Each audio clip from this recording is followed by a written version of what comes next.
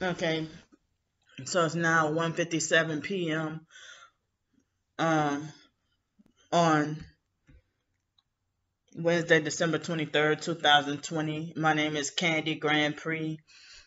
You know, um, so this video, I'm planning to talk about my personal experiences with growing up in the black community. I'm a black person myself, but you know, if you want to get literal and technical,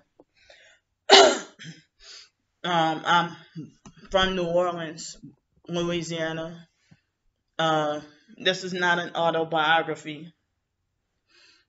So you know, I'm just saying my personal experiences and observations and research, personal experiences, observation, and research on growing up in the black community and many different issues in the American black community. And so my biological mother, from what I was told, was black and Native American. And I got a lot of Native American on both sides. So much Native American. I think we're now they had this person who was friends with my youngest brother who knew all about my family, and he said that we're mixed with black, French, and Indian. So of my dad's side, it's even my biological dad's mom, my grandma of my dad's side. They look white or Hispanic, Native American, Asian, or something like that. Look nothing of black. But I think it was 1940 U.S. Census said that their race was Negro. So my last name, Grand Prix, traces back to the Acadians that were exiled out of Nova Scotia, Canada during, I think it was the 17th century. Um, so some people tease me and call me Cajun girl, but so supposedly I'm mixed with black, French, and Native American, and my dad is supposedly got a lot of French and Indian, like a lot of French and Native American in him. And I don't know exactly what tribe, but I think I remember being told Cherokee, but I don't know. And so I don't want to offend people in this video. I was debating on whether or not to do a video or I was debating on whether or not to do a video or a book, another ebook or book about it. But I decided to go with the video because I felt like, I didn't want people to pay to get offended. And I'm going to try to be as non-offensive as possible. But I think people will get offended at this video. That's why, I think ever since last week I thought about wanting to do a video or something. Because yeah, I held off on it. Plus, what I've been going through with my targeting and my gang stalking and stuff. So I was not raised around my biological family because I was in foster care. And it was strange because the foster family, some of the members look black, some of them look white, and some of them look foreign. Like the foster mom herself looked like she was from a different country. But then she had a sister, the youngest sister, Mickey, looked like the girl on a Little Debbie box. You know, the Little Debbie, the little snack cake girl. Um, so jeans run funny up in our us Creoles, you know. So growing up in New Orleans, I had to experience racism and colorism and self hate growing up, and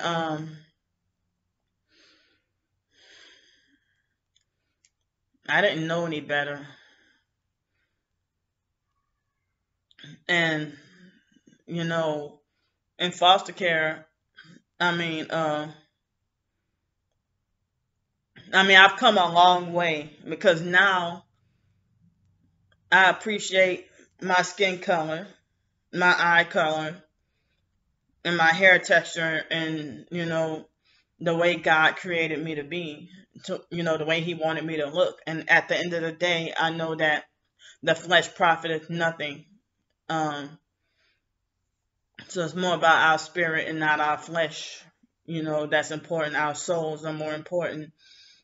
But the devil created, divide and conquer with having everybody hating each other with racism, classism, colorism, sexism, any kind of ism and prejudice to just keep humanity divided. So now I've come. What is this? Hold on. I'm sorry, y'all. I don't mean to be rude. Oh, cool. Amazon Kindle. They granted me a $5 credit on any ebook. Sweet. Thank you, Amazon. So Amazon Kindle. So I think growing up, me being abused by it started off, of course, in the home, the foster home, and and then that daycare, the nursery, and then after a while, I was off to school. So um, I was wondering why the black people I grew up around, my upbringing and stuff, why they were so mean to me and so abusive and physically abused and beat on me. And but when I went to kindergarten, you know, they used to lock me and my twin sister up in small janitorial closets and all day, every day, and not together either. And they blame it on bad behavior. So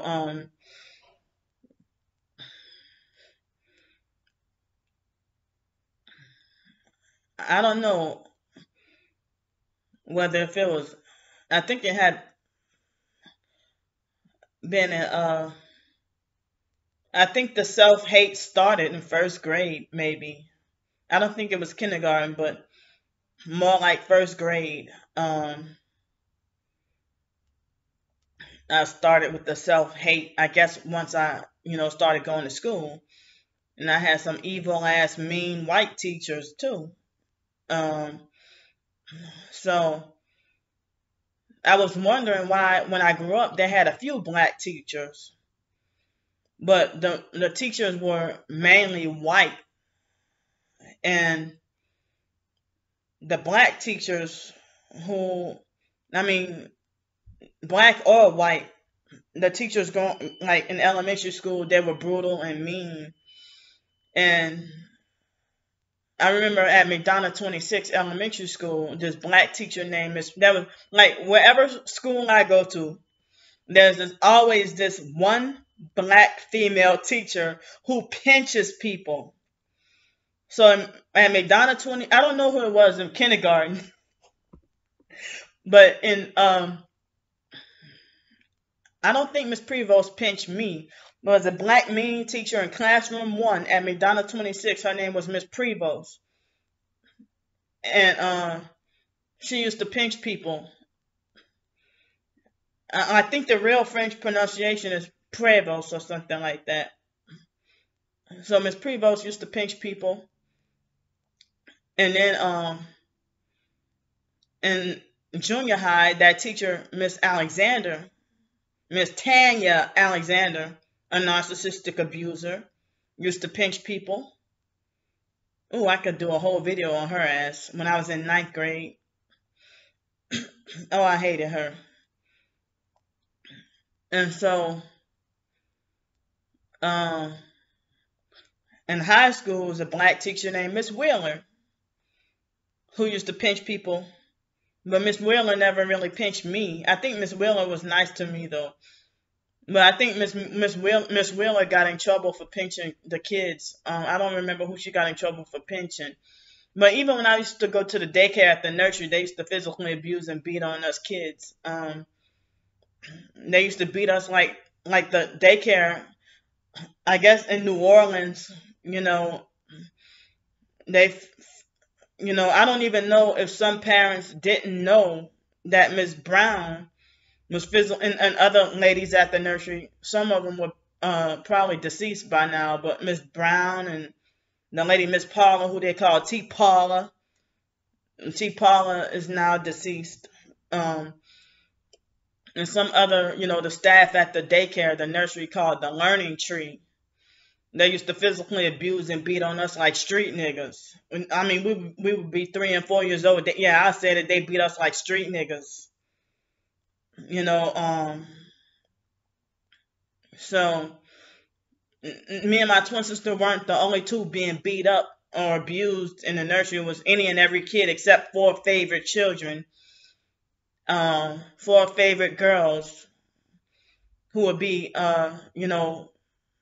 untouchable, and the favorite kids, and they used to be treated with clear favoritism. Like they got a full cup of milk while everybody else got half cup of milk. They got twice or 3 times more food than the other kids, and they got to get seconds if they wanted to, and stuff like that. So. If we were riding in the daycare van, Miss Brown, I think she was the owner, and we thought she was the principal, because we didn't realize they were just daycare, but we mistakenly thought that they were our teacher. And, we're in T. Paula's class, or we're in Miss Diane's class, or Miss Betty's class, or whatever. And so nearly all those, this was a small amount of women. But nearly all of those women were, they were all related. So, and they were also related to the people who run the daycare around the corner or down the street somewhere called, the Hummingbird. And they were related to them as well. Excuse me. So, I heard that the abuse going on, and the people used to run the Hummingbird, like fake Jennifer from the fake IDMR cult. She used to run the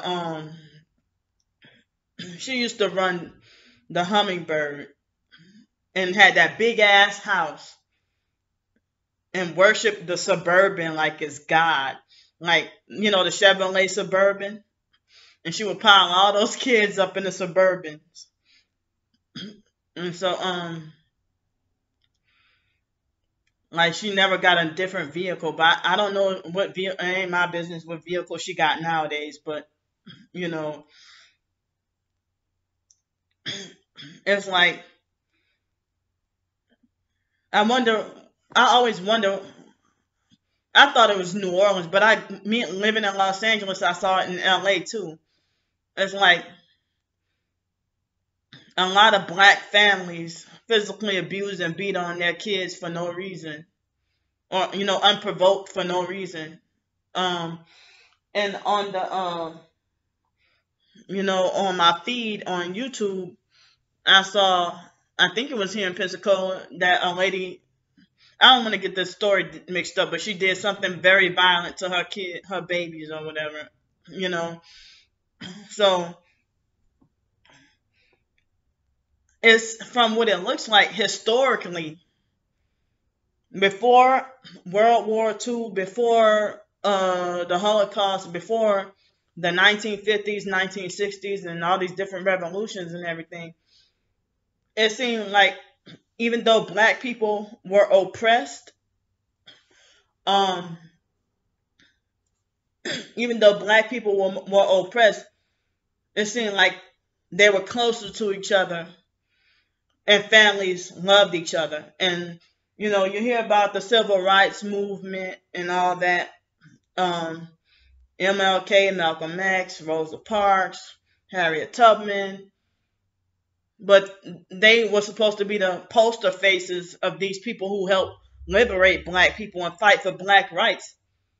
But then you find out people like them, and also W.E.B. Du Bois and all these people that, like, wow, even Harriet Tubman too. Um, all these people were, black sellouts, and they make MLK, Martin Luther King, out to be a hero, but you know the fact that his name is plastered all, like, many cities have Martin Luther King Jr. Boulevard. In Los Angeles, New Orleans, I think in Milwaukee, in Texas, like Houston, Texas, and stuff like that. I mean, you ain't gonna. I mean, I don't think there's a Martin Luther King Jr. Boulevard here in Pensacola, but in many cities and states, they have Martin Luther King Jr. Boulevard. Um, so it's like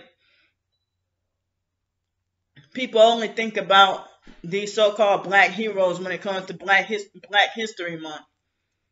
You know, in the month of February. So, like me growing up, being, of course, dealing with the foster family abuse. I've talked about that on many of my videos, even on my other channel, um, or channels with an S, because one of them got deleted. And I don't know what shaped my mind back then to be a self-hating black growing up. And I don't know if it was my environment or surroundings. All I know is I saw people with silky hair, and I wish I had straight. I used to wish I, had straight silky hair. And me being from first grade on through, like, I don't know, maybe first or second grade, being called picky headed and nappy headed. You know, and the foster mom who looks mixed or foreign herself, with her white looking family members. Her mom even looked white. And the foster mom be like running around here looking like a little pickaninny. And, black people growing up, they'll be like, if you don't sit your cotton picking tail down, like, it's like black people carrying on, passing down from their ancestors onto descendants, oppressing and enslaving each other and lynching each other. Willie Lynch, and didn't the white man kill him, or didn't the white person have Emmett Till killed, or white person killed Emmett Till or something like that? So with the high black on black crime, it's been cried about since the 90s, probably earlier than that. Black on black crime and black teen pregnancy and stuff like that. But black on black crime, it's like we lynching each other. Um, our own black people hate each other more than other races hate us. And then other races hate us. Like, all races hate us black Americans. Even Africans look down on us black Americans because our reputation as a whole, of being black American people. Because I don't know how it is with Afro Canadians, but even Afro Canadians act more. I could be wrong, but from what I've seen, Afro Canadians even, act more civilized than us. And, you know, it's like there. I mean, I don't think there's anything I can do, but I know the mainstream media and the devil are the prime. The prime. You know, they're the prime people responsible for why black Amer- U.S. United States black Americans are the way that they are. Um, that you know so much. Um, as I said, I think even though there was oppression and slavery back then, I think that black families loved and cared about each other and looked out for each other more, despite going through hard times. And nowadays, no matter what race we are, we were brainwashed and trained how to be weak rather than be strong and fight. And so, people talk about, being sellouts or coons, or if you bow down to white massa and stuff like that. Growing up, I always got bullied, harassed, and laughed at because I talk white. And, it seemed like a lot of people, it's like, I just wish that, more, I mean, all of humanity pretty much, but black people, especially black Americans, if we knew the truth, I think we can get along better, and we would stop oppressing each other, and stop glorifying ignorance and think being ignorant and trying to be a thug is cool, because the elites and the I think I heard that the word ghetto actually comes from Italy, or that there were Italian ghettos and stuff before it came to America, and had to do with black people. And then, so there was the 1950s. It was post World War II, post Holocaust. Then, they had the MK Ultra experiments, Tuskegee experiments. What's the other one? I can't think of the other experiments on blacks, but like I read that psychiatry, like in MK Ultra and everything, psychiatry in the mental health system started off as Japetomania, meaning like you have a mental illness for being a runaway slave. Because even though that's not true, but that's what they will say, that you're mentally ill if you're a runaway slave. If you're a field Negro who hates massa, and you don't like your master, they'll think you're crazy. But if you're a house Negro,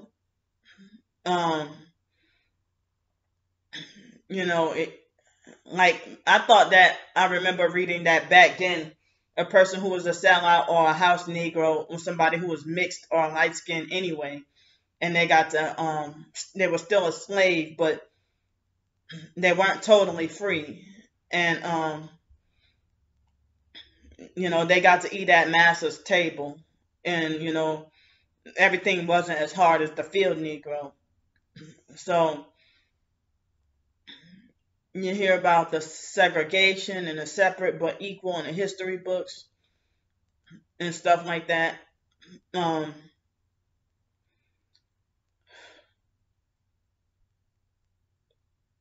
okay, so I'm trying very hard to remember what's that other experiment besides Tuskegee.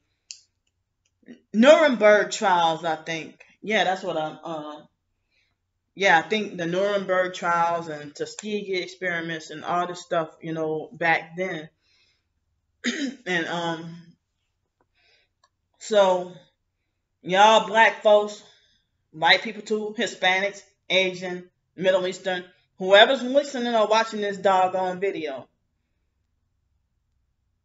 no matter what skin color or race you are, psychiatry and mental health is used to control the population and control humanity. Because think about it, if you question their motives, you know, of the elite, if you question their motives and break away from them, it'll be harder for them to get you to sell your soul to the devil. And if you're obedient and compliant, it'll be easier for you to sell your soul to the devil, and your soul end up in hell. And so now I'm glad I know that why the Bible said don't envy the wicked. The wicked who are successful and everything, or they do you wrong and then get rewarded for it.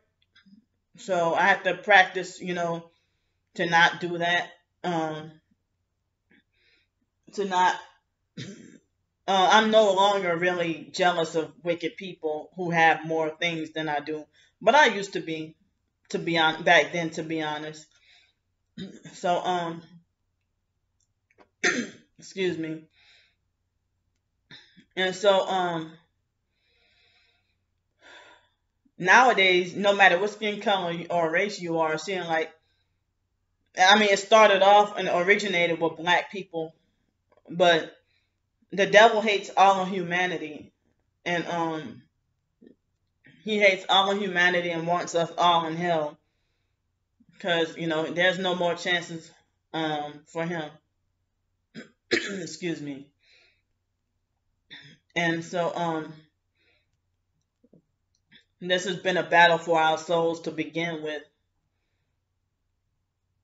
And so black people back then, I guess before TV, before video games, before loud music or whatever, black families used to be more spiritual, and they used to love each other more. And black families used to pray together.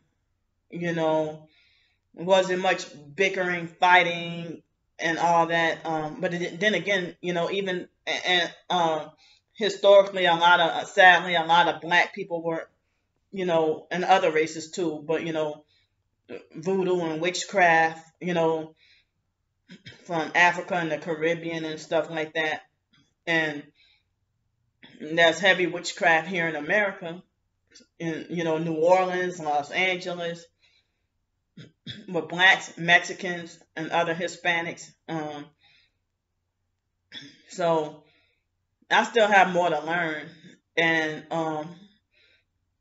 excuse me, because I'm pretty sure the Asians have their own witchcraft as well.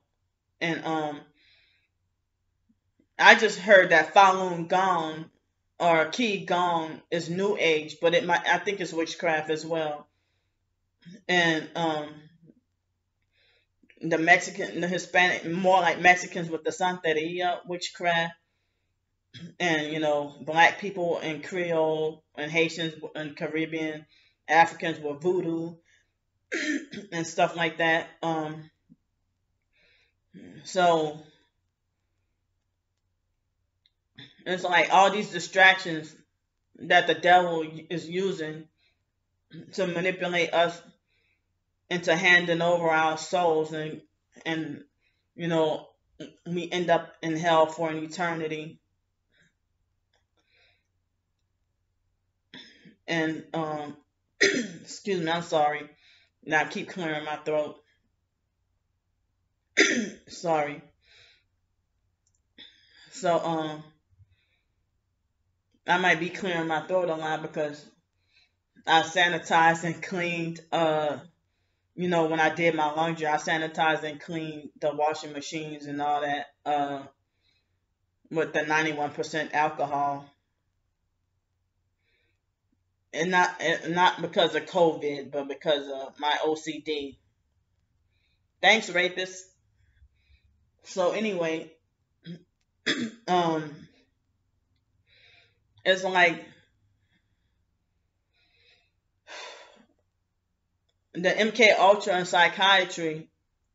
Now tell me this: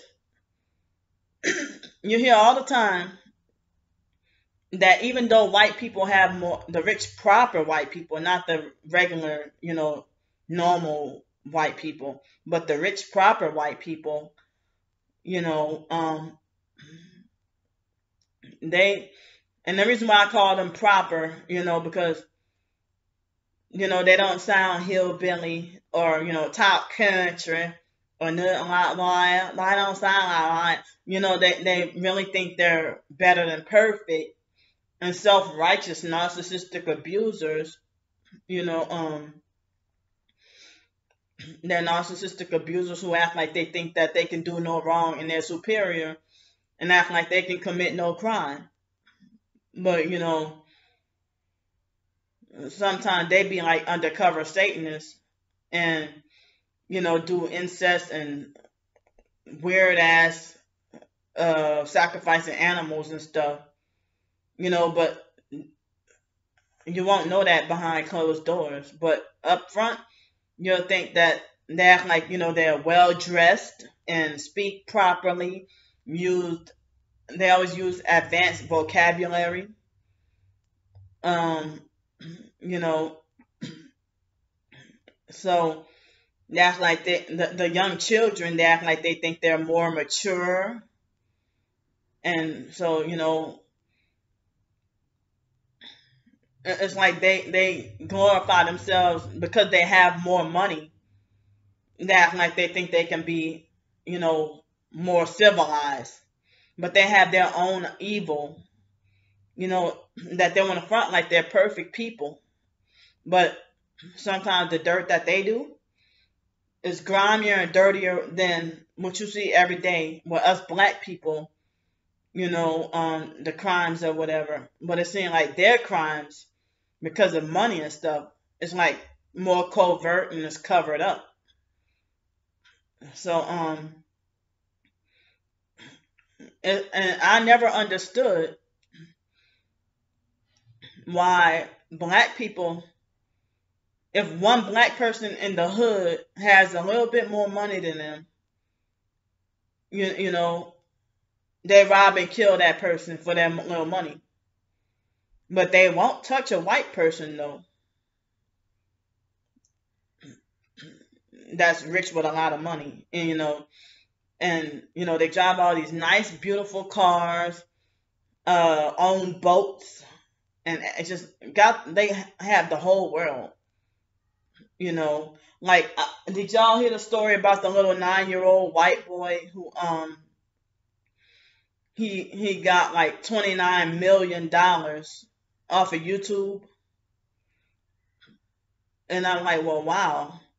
What can a 9-year-old kid would do with $29 million? His parents sold him out too. So your parents sell you out or pimp you out. And I bet you those videos are probably pointless and mindless videos that he just got popular off of. Not on serious, not on anything serious, but that's just backwards humanity, so how the Bible said judgment must first, come at the house of God. I don't remember exactly how it's quoted, but something along those lines. Judgment is first at the house of God, and get your house in order. So other races see us Black Americans and don't respect us because we hate and disrespect each other. And so, well, I heard about psychiatry and mental health system started off with Black people being a runaway slave, being a so-called mental illness called drapetomania. Drapetomania. If y'all want to look that up. And so I heard about in communist China, if you don't go along with the system, they're quick to haul you off in a mental institution or have you locked up or whatever. And for me, since a little child, I guess I never fit in the system or never conformed, but that people would be jealous of me and treat me like as if I'm a sellout or a goody two shoes, teacher's pet, and all that, back then, and so, excuse me, I'm sorry for the GERD and the unexpected burping. Well,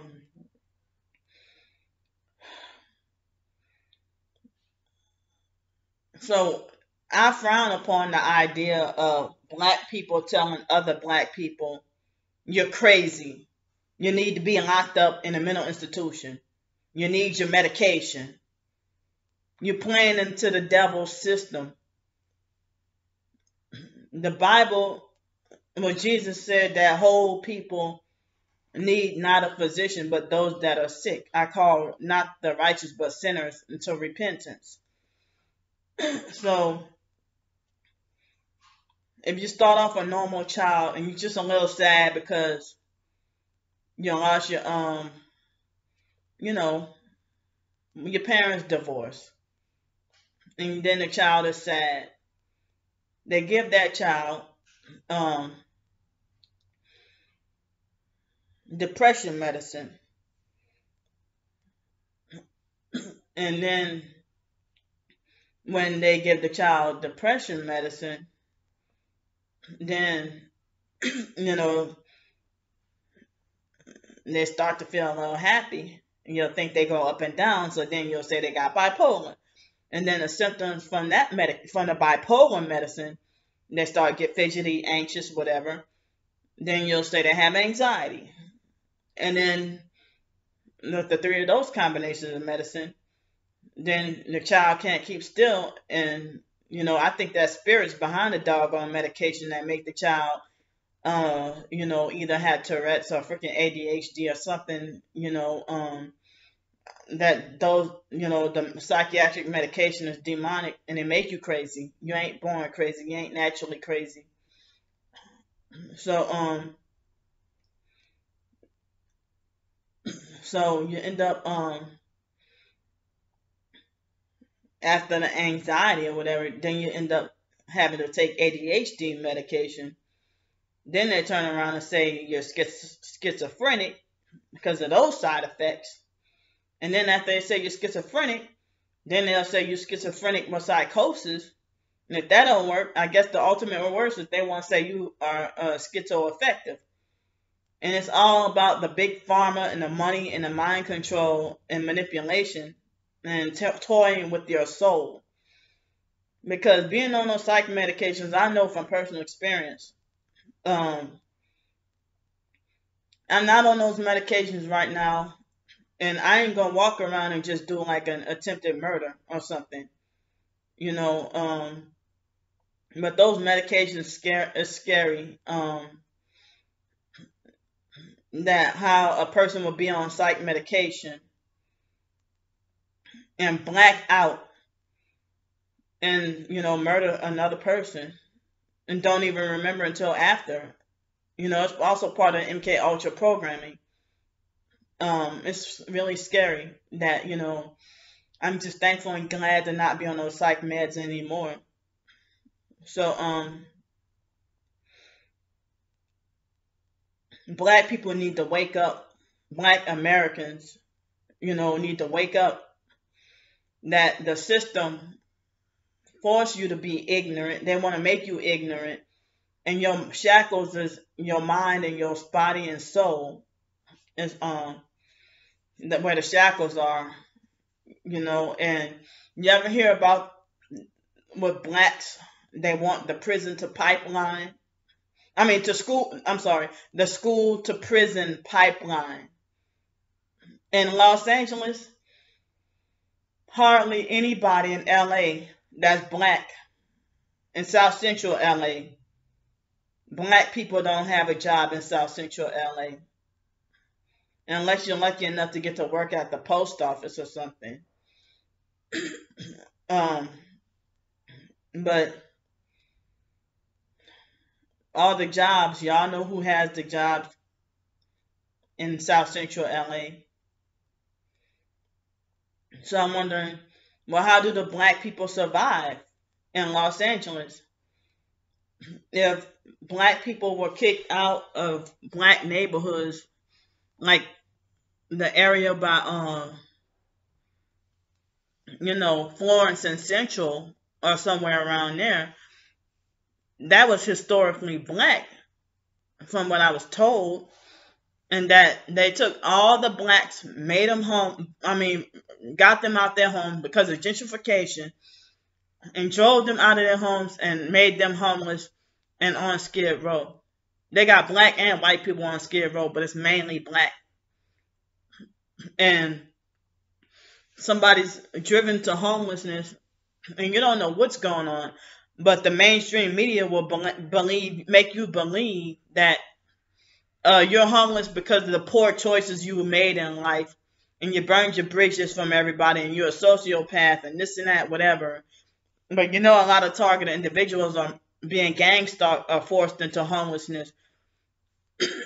And the only way out is they want to either murder you, like kill you, or, they want to either kill you or try to manipulate you into selling your soul.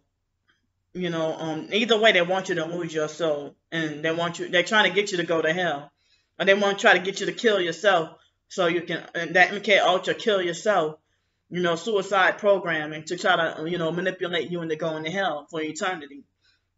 So, well, it's like,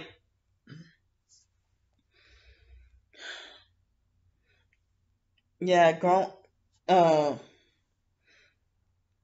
so in the 80s, I heard that the elite put the drugs into the American ghettos and poor black neighborhoods.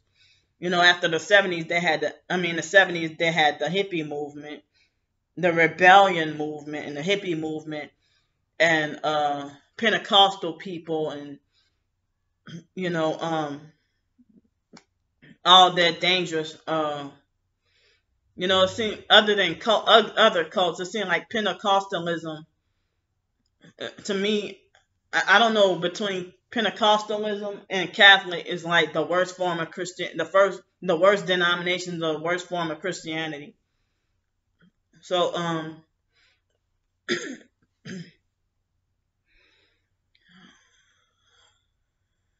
so I think even in the 70s, I wasn't born until 1983, but I didn't hear about high crime and all that. Even in the 50s, 60s, and 70s, and even 80s music was more about, love, and things were more peaceful. And I heard about the crack epidemic in the 80s, and that basically, I hear about the drug cartels and drug trafficking, human trafficking, sex trafficking, child trafficking, money laundering, organ trafficking, organ harvesting in many different countries, not just black people. So This is part of eugenics. EUGENICS. Eventually, they want to get rid of over 90% of the world population. And eugenics is more like you ain't perfect enough, pretty much. But humans aren't meant to be God or meant to be perfect. Um, but we have to strive for righteousness according to God's will and not Satan's will. That's where the narcissistic abusers come in at. If you think you're higher and better than God, or higher and better than another human being. So, and narcissistic abusers who are gang stalking perps, they can be black like you and speak out, act like they're speaking out against blacks and speaking out against whites and speaking out against the white man and speaking out against oppression and stuff.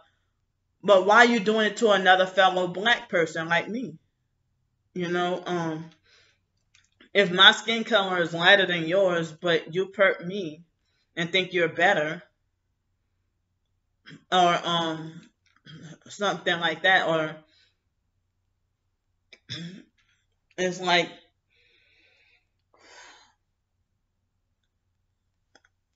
I was taught wrong, raised wrong growing up, because I always wonder why things were the way that they were, because like I think that the violent music didn't start until like the late 80s or early 90s, and the gangster rap and in the like 80s, the songs used to, like 50s, 60s, 70s, and 80s, like black music used to be more about love and stuff like that, but like you will see movies like House Party that would encourage like dating and fornication and stuff like that, and partying and drinking. um in the 90s was when I guess everything took a turn for the worst. And you know you started hearing gangster rap, and I used to enjoy that, the music beats and stuff. But I heard you be blinded by the music beats and don't hear the words. And if you know about John Todd and the backmasking and the witchcraft behind music, um, and they said John Todd disappeared. Um, he was actually an Illuminati member, but he disappeared. Um, I think they killed him. But he tell you all about the music industry and the spells behind the music industry. I hear about the rituals and before a, a song is mastered, that there's a witchcraft spell on every copy of that song. And also, um, I think that was more like the downfall of humanity, to use music, education, which is indoctrination, TV, movies, literature, books, and all that they have like witchcraft spells behind them that make humans act the way that they do. And so, um, you hear, like, if you see movies like A Thin Line Between Love and Hate, the story about the jealous wife, and the cheating husband or whatever, and stuff like that. And you hear a lot of that in music, um, fornication being promoted, and fornication and cheating and stuff. Because back then, like did research, and that back then it was more about courtship and not just this dating. And I read, and certain Christians said that in my research that I was reading that dating is supposedly a license to fornicate, and you're not really married. And now they have the baby daddy trend and pop culture. I mean, in culture or whatever, um, that they put it on a lot of us Black Americans to think it's the sinful lifestyle, the sinful and rebellious lifestyle, like rebellion against God lifestyle and lack of holiness is supposed to be cool. And to worship, money, cars, clothes, hoes, bitches, whatever. Black men disrespecting and degrading women, controlling and abusing women, thinking it's cool to physically abuse and beat on a woman. But you try to keep tight control over that female, but then you cheat on her, but you don't want her to cheat on you.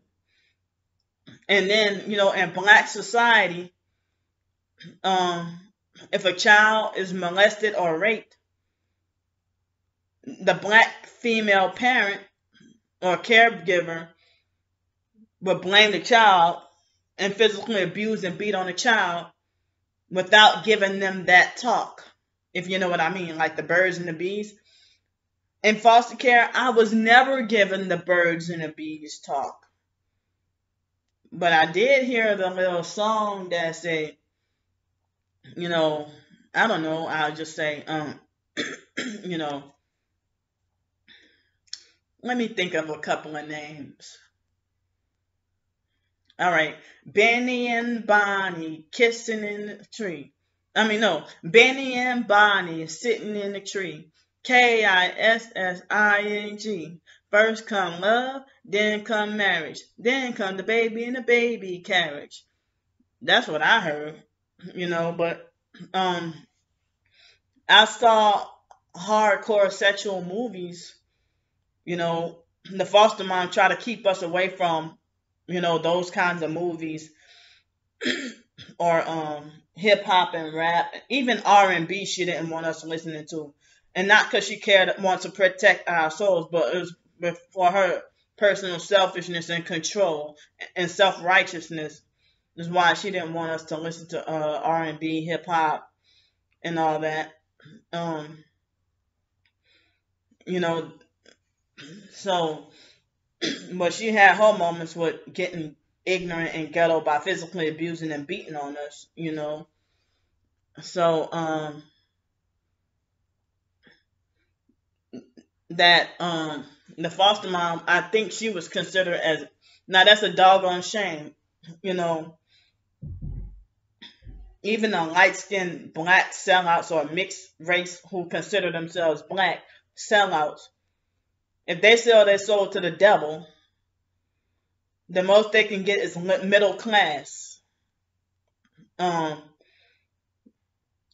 no matter what skin color or whatever or race, but more like as far as Black people go, if you sell your soul to the devil or sell out, the most you're gonna get is middle class, unless you're like another Kanye West and Jennifer Hudson,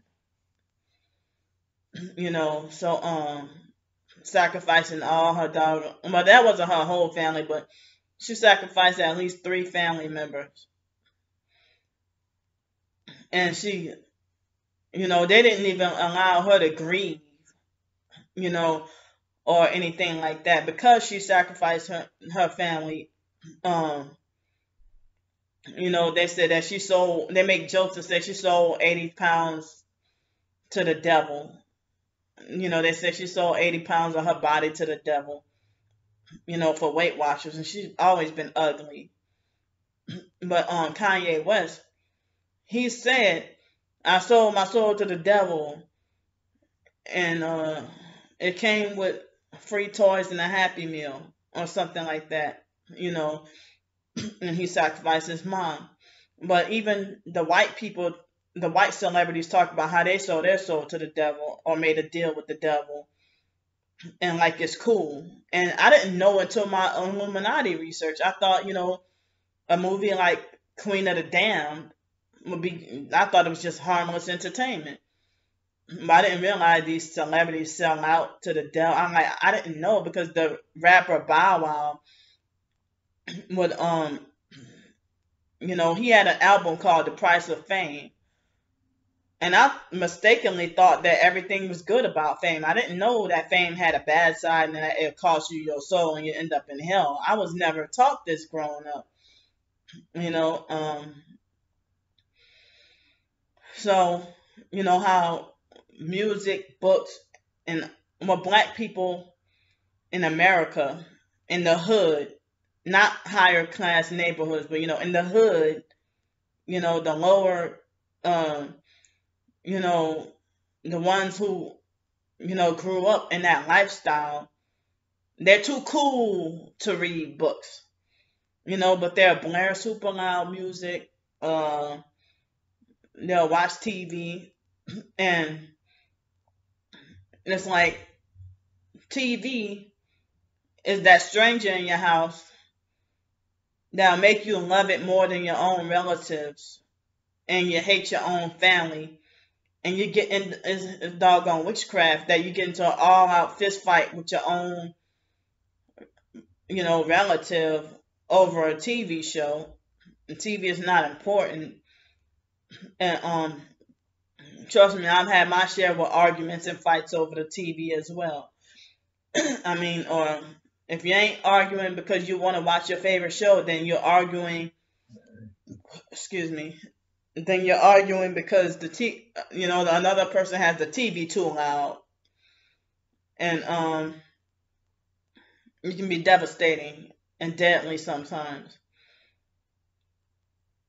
But black people being brainwashed with hip hop, rap, bad TV, movies, and stuff. They and then the GMO food, fluoride, being manipulated and think you got a mental problem. They take God away from you, take Jesus away from you, take your Bible away from you, and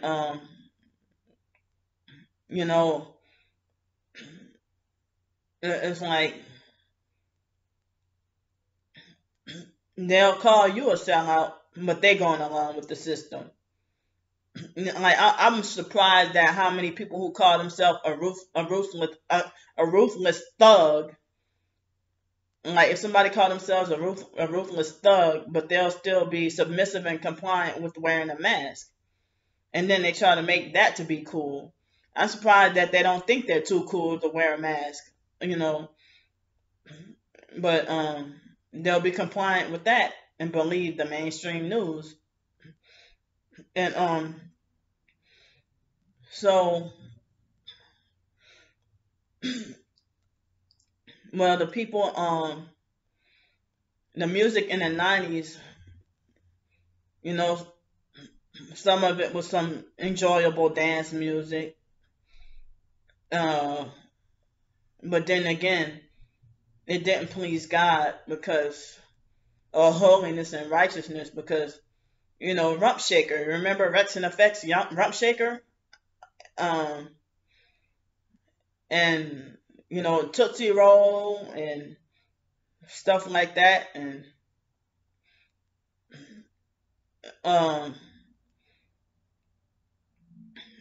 and like Sicko R. Kelly had a song called Summer Bunnies, and he was rubbing a female's booty, like I think he was rubbing oil on her ass in the video and stuff,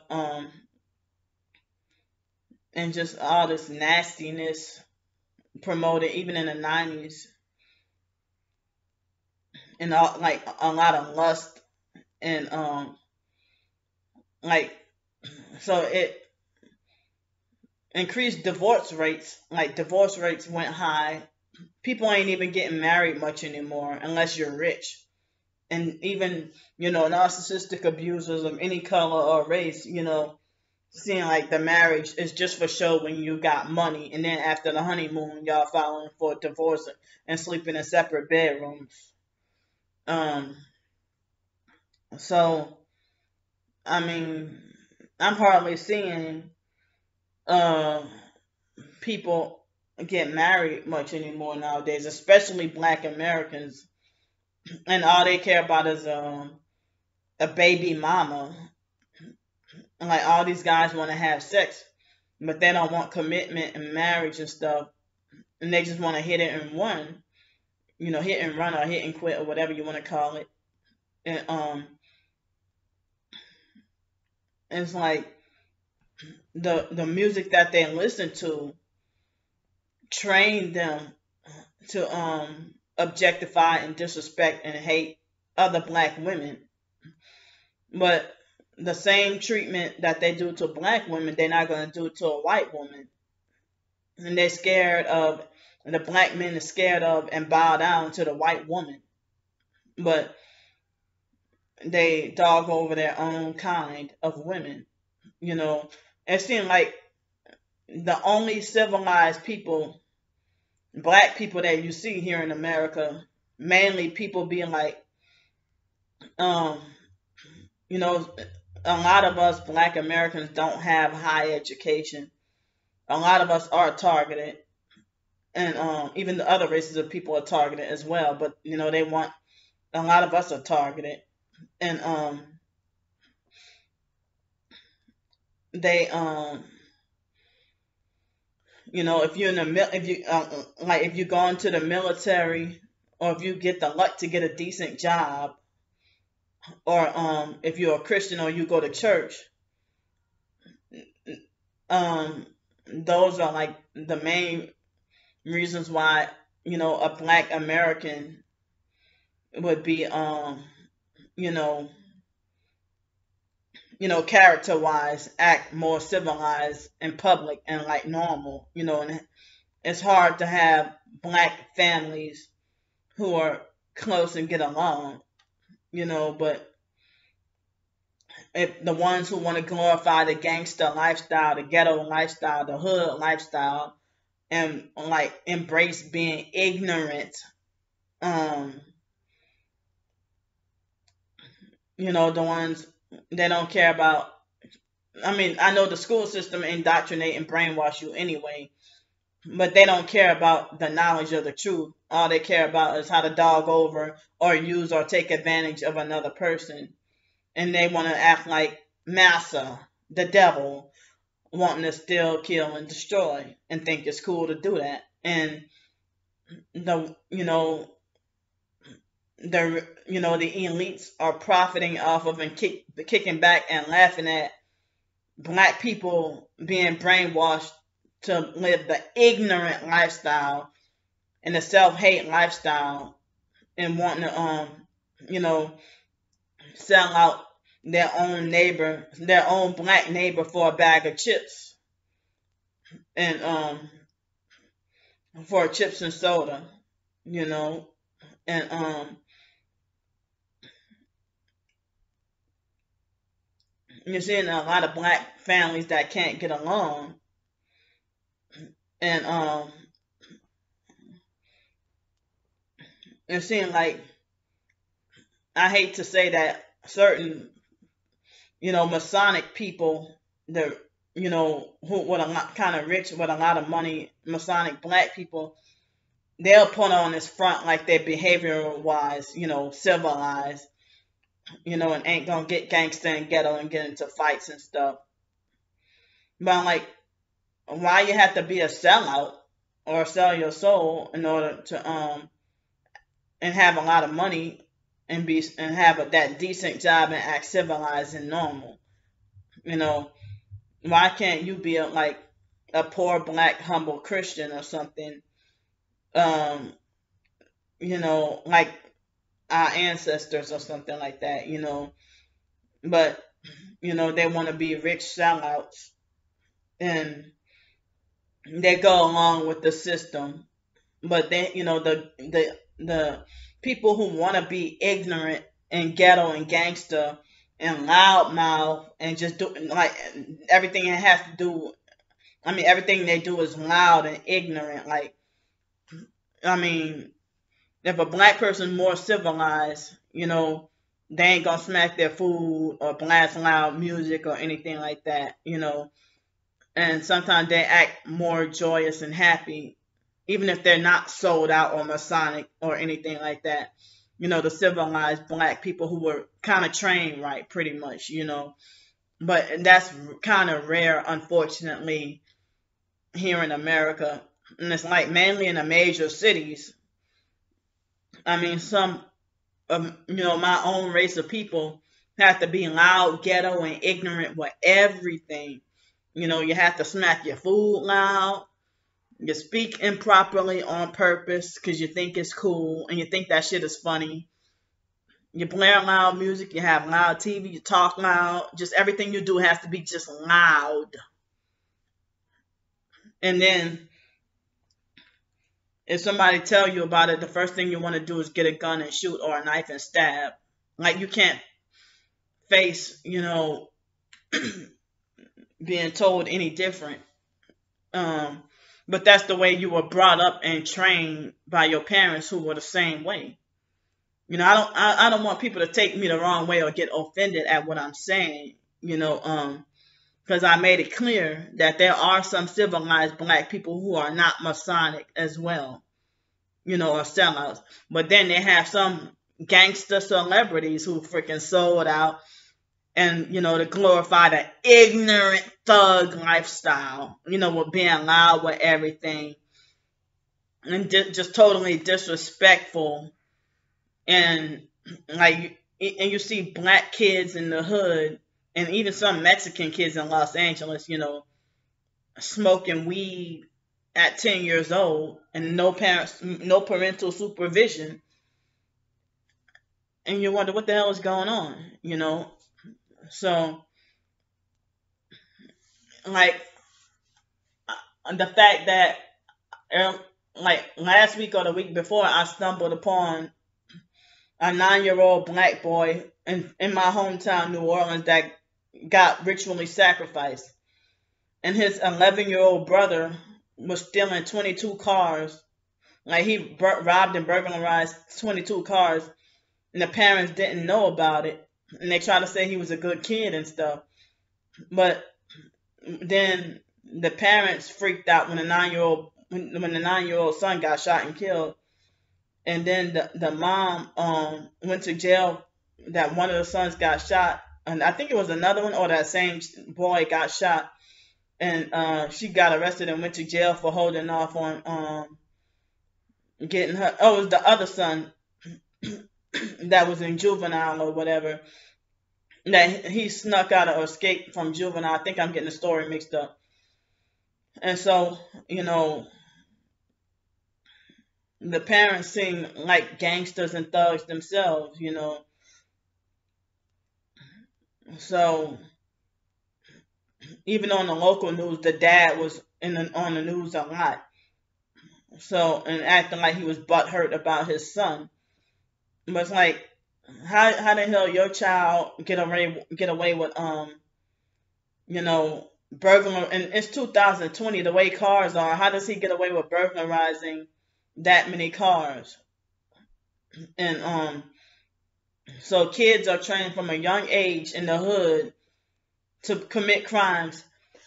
Excuse me. And unfortunately, people shoot and kill kids. It's really sad. I hate it.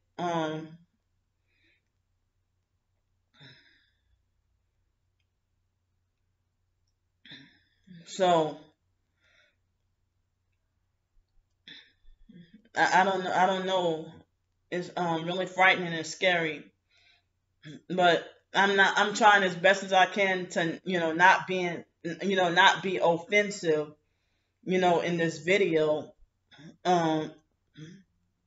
because if I'm supposed to be like the only civilized black person in my family, and the rest of them, they want to break their necks to glorify ignorance and try to think it's cool to be ghetto and everything like that.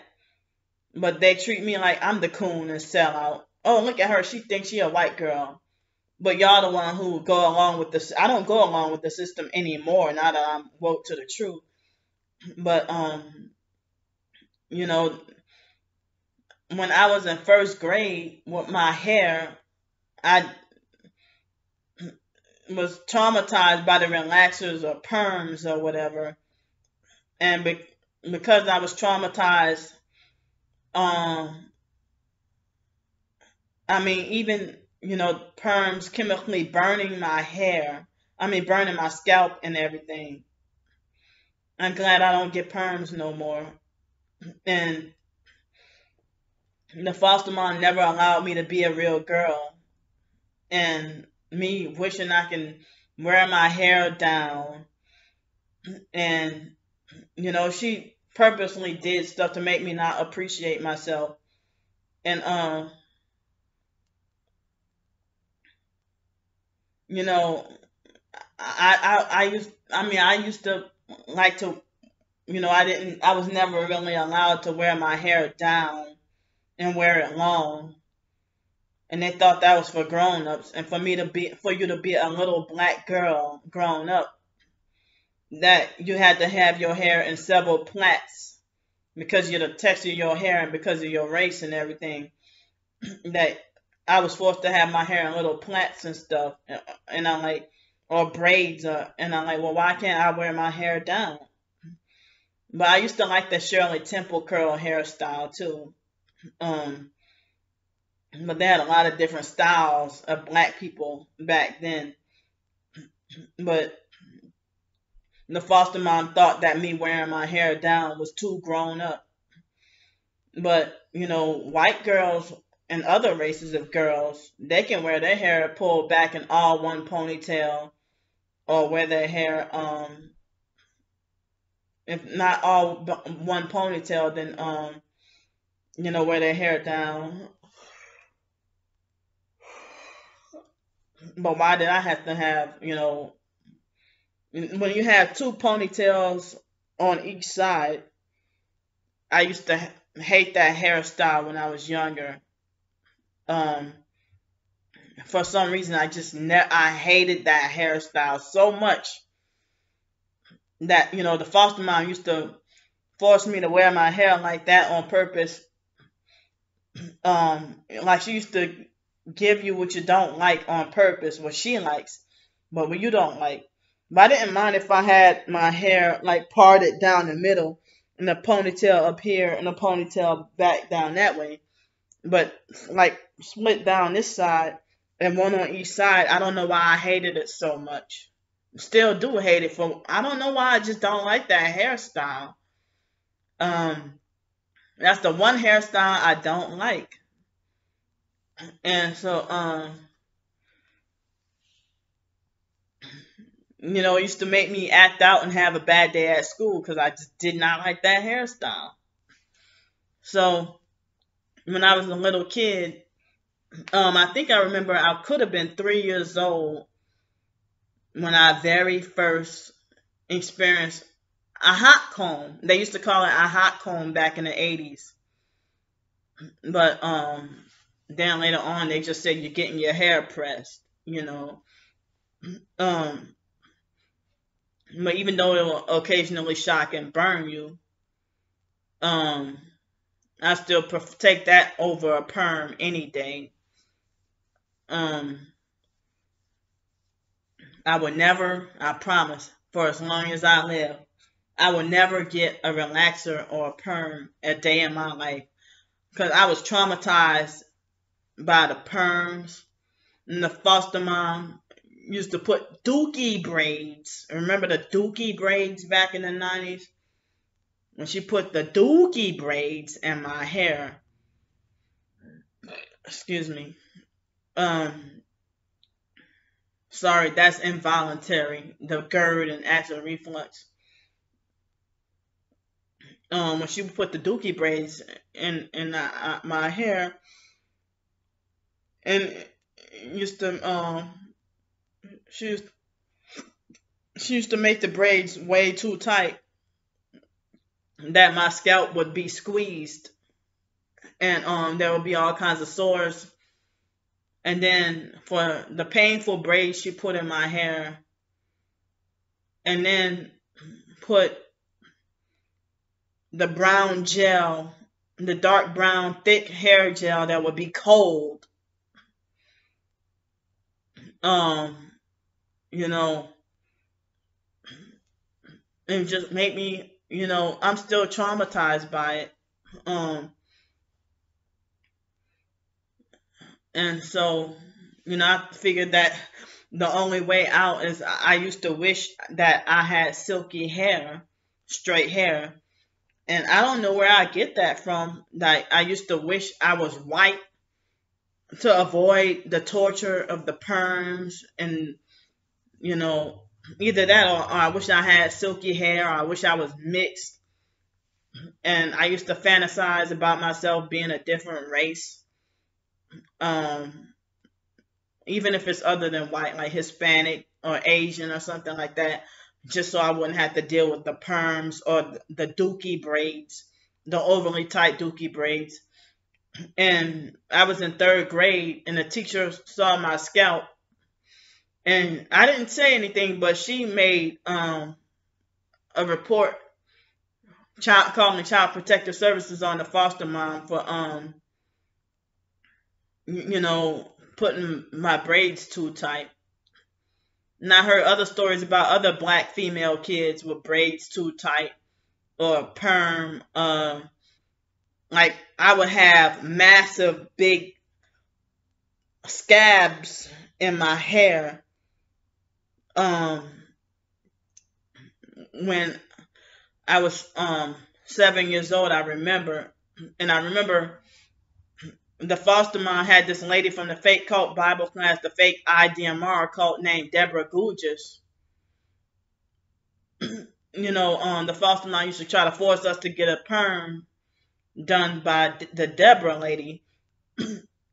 And so I used to try to run and hide and lock up in the bathroom and try to, avoid getting a relaxer in my hair, getting a perm.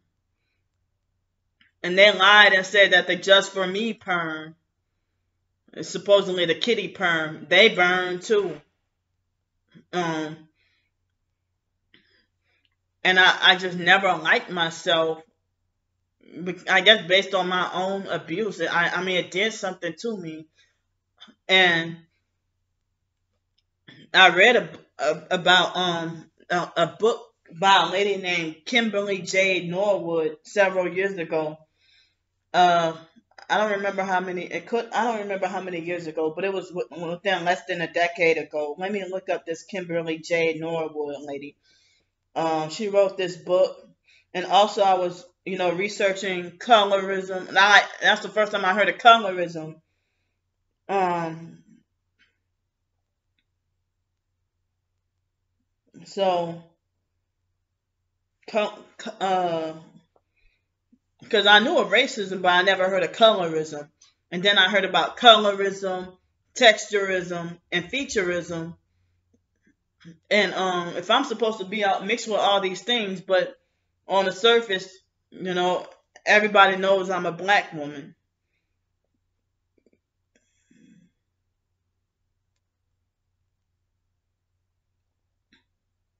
Okay, so Kimberly J. Norwood. Let me see what that book she wrote.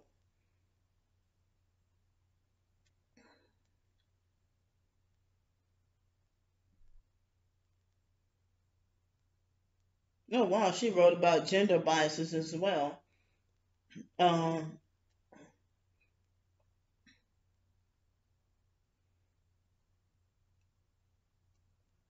okay, that's what it's called. Color Matters. Skin tone bias and the myth of, hold on, wait. Yeah, I like that Color Matters book. It helped open my, I don't remember whether or not I was able to read the whole thing. But I highly recommend y'all read the Color Matters book. Um,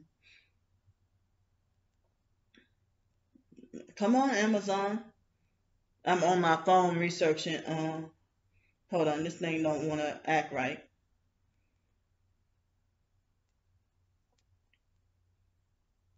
That's it. Color Matters. Oh, there's more than one edition, I guess. Okay, Color Matters. Skin Tone Bias and the Myth of a Post-Racial America. New Directions in American History. And it's a form of paperback.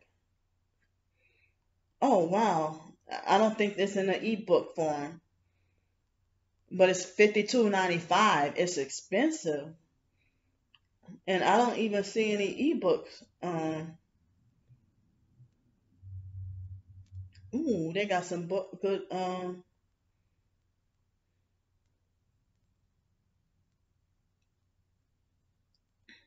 wow, some interesting ebooks. But I recommend, and it's 256 pages.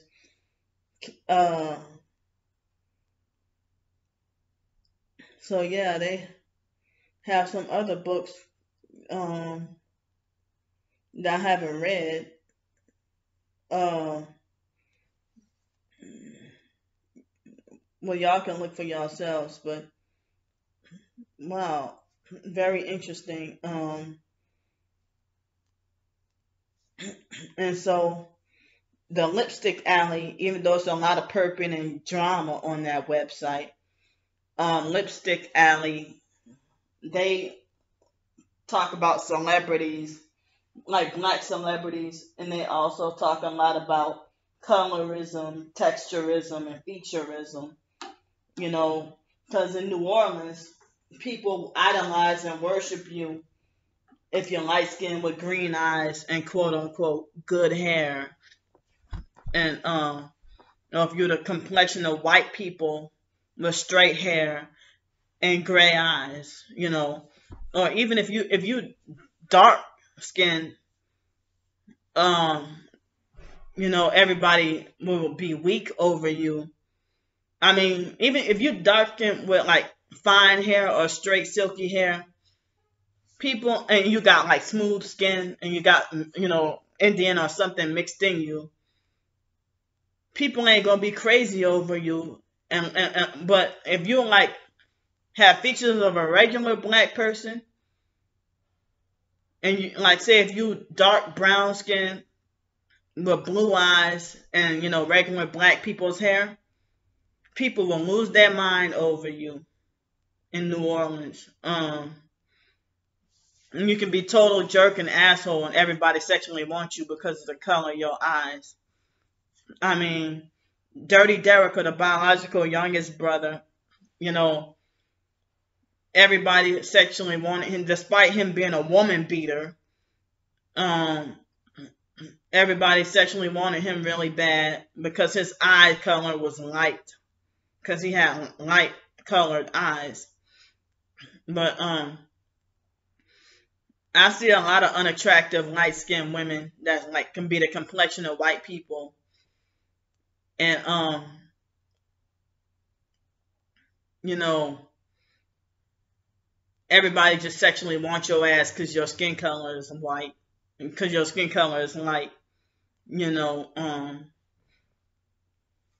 So like as if they're like society and the colorism and the racism thing. I heard this even in Hispanics. I heard that they want to try to whitewash everything, or even Koreans and Asians, they want to strive to look more white and be more white. They don't want their slanted eyes. They do surgery to make their eyes wider or more like, or they want to, like, people prefer to intermix with white. And I was researching, and even attempted to try to want to teach English in China. And black people have it really hard, and it's very hard to get the opportunity to try to teach English in China or other Asian countries. And the Asians give them a hard time and mock and make fun of their dark skin or brown skin or something. And and I didn't know that what I was going through is me being a targeted individual. I thought that it was a personal thing for me to be treated this way because I'm black, female, and disabled. So I didn't realize that even white people are targeted. Even other races of people are targeted. And the majority of so-called targeted individuals I see are not Christian, or they cling to the new age and stuff like that. So,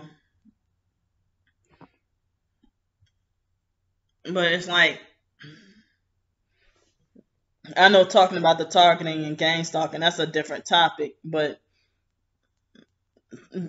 targeting and gang stalking in this program is part of eugenics, because the elite want to get rid of everybody that's disabled, black, poor, they want to create a master Aryan race, Aryan. For the new age, they want to kill off all black people or anybody who's considered an inferior race. It's like a worldwide Hitler scale for this new world order. So, you hear about ethnic cleansing and eugenics, abortion, which is, another way of like so-called legalized murder. And but that's how they operate. The rich Hollywood folks put music and TV in your face and brainwash you into fornicating with a girl. They use, they'll throw porn at you and all this, have you fornicating with a girl. Then you get pregnant. You get her pregnant, and then you try to force her to get an abortion, or you just straight up leave and don't want to take the responsibility, But you're the one who pushed her, for sex, that she wasn't coming after you, but you pushed this on her, and then want to, be a deadbeat dad. And you think it's cool to run around unmarried with, 500 baby mamas. And the female will end up with like 6 kids with 6 different men. And, struggling to take care of them. And CPS come take your kids and put them in foster care, and they ritually abused and then sacrificed in foster care. And, it's a vicious cycle that, God wanted us, no matter what color or race, to be fruitful and multiply and to be able to take care of our kids. But it seems like people act like a PS5 or Xbox 360 or whatever games are out there now is more important, or material possessions is more important than a human soul. And so, growing up, I didn't know any better. That of course, little kids who are deprived, talking about living off of $5 a week or $20 a month in allowance from foster care, and not knowing what it's like to have that much money. Have more money than that. I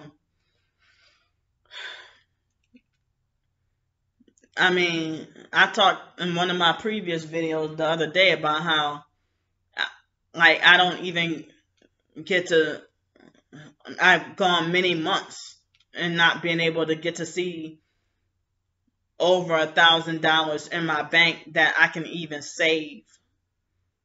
And the money I get is I can't save it, that I'm, disabled, low fixed income. And So, it's like, I don't think it's just black people. I think it's white people and other races too, that when they have Black Friday and people get gangster and ghetto and fight over Christmas toys and stuff for their kids and fight over the pairs of Jordans and stuff. And I heard that's a consumerism tactic and a witchcraft ritual as well. That they deliberately set the prices low on purpose to manipulate people into fighting over the next pair of Jordans. Um, and so it seems like as if black people are brainwashed into black people in America are brainwashed into being like showy and flashy, you know. They'll be showy and flashy with materialism because that's what the rappers are putting it in their head, and even through their music videos, you know, uh, just this materialism and flashiness, and then they're brainwashed to go and commit crimes, and then people wonder how celebrities can get off on doing things that regular citizens can't because they're sold out Masons. So if you want to kill somebody because your favorite rapper killed somebody and got let off, but then that's who you want to call your role model.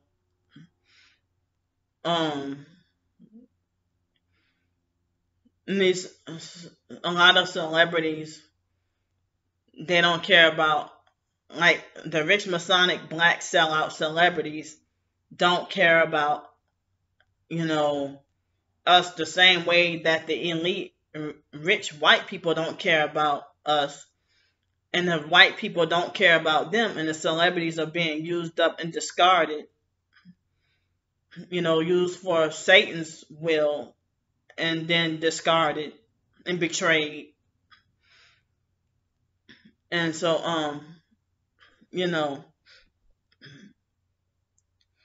I heard stories that some people say that celebrities really aren't rich like that, but the rich white people, I hear stories about how they're super rich or uber rich, filthy rich, whatever. They're very rich, but then they can live cheaply. They take a lot of vacations, but they'll drive classic old model cars, like classic Corvette. They're not driving brand new stuff, some of them. Excuse me. And it seems like the rich folks be the penny pinchers, and but then, like, you hear stories about how black people who are do the drugs, or like black drug dealers, they flashy and show off, and like, well, back then it used to be Escalades and something similar. They have to show off, and but then it's a lot of steal, kill, destroy, and they had the gang bangers, the gangs that also separate us from each other. Even Mexican gangs stick together, but I heard that black gangs, even, like, if you two bloods, it seems like y'all two bloods ain't gonna get along. And I hear about how this man once said he was a former gangbanger, and he says he woke up to the fact that he realized that it's senseless how black people kill their own people over a color. If you in a Crip neighborhood and you're wearing red, and you don't even have to be a blood, and they'll shoot you down and kill you, even if you didn't know you were in a Crip neighborhood, or vice versa. But You know, I've been perked and bullied and abused by gangbangers in Los Angeles as well. Um, they're very, I mean, I really hate the mindset and mentality of gangbangers. Um, I don't associate with them. I don't associate with people who smoke weed. And I don't think I'm better or superior or anything like that. I just try to stay out of trouble. And plus, I hate the smell, you know. And I don't like murder and violence and stuff like that. It traumatized me. Um, so, and it's like the cops don't care. And when they had the fire the other night, I Google search, you know, basically why police call the police and the police don't answer. And then I look and they said that the police don't have to answer calls and that police don't have to answer emergencies even though your taxes pay, you know, for that service, that the police don't have to come out. And this ought to enrage anybody, you know.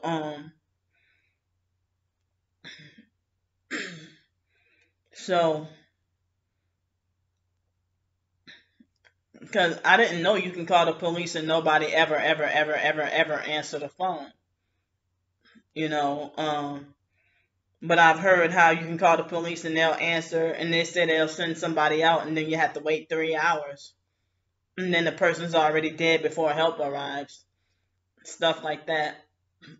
So I hear about the police or Masonic New World Order sellouts that are not on your side. And, you know,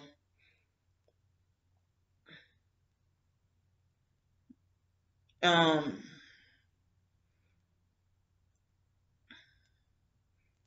do y'all remember Chris Dorner? Speaking of police, I think they try to make it like he was a crazy cop that went on. I mean, I don't even know if he was MK Ultra or a targeted individual or whatever.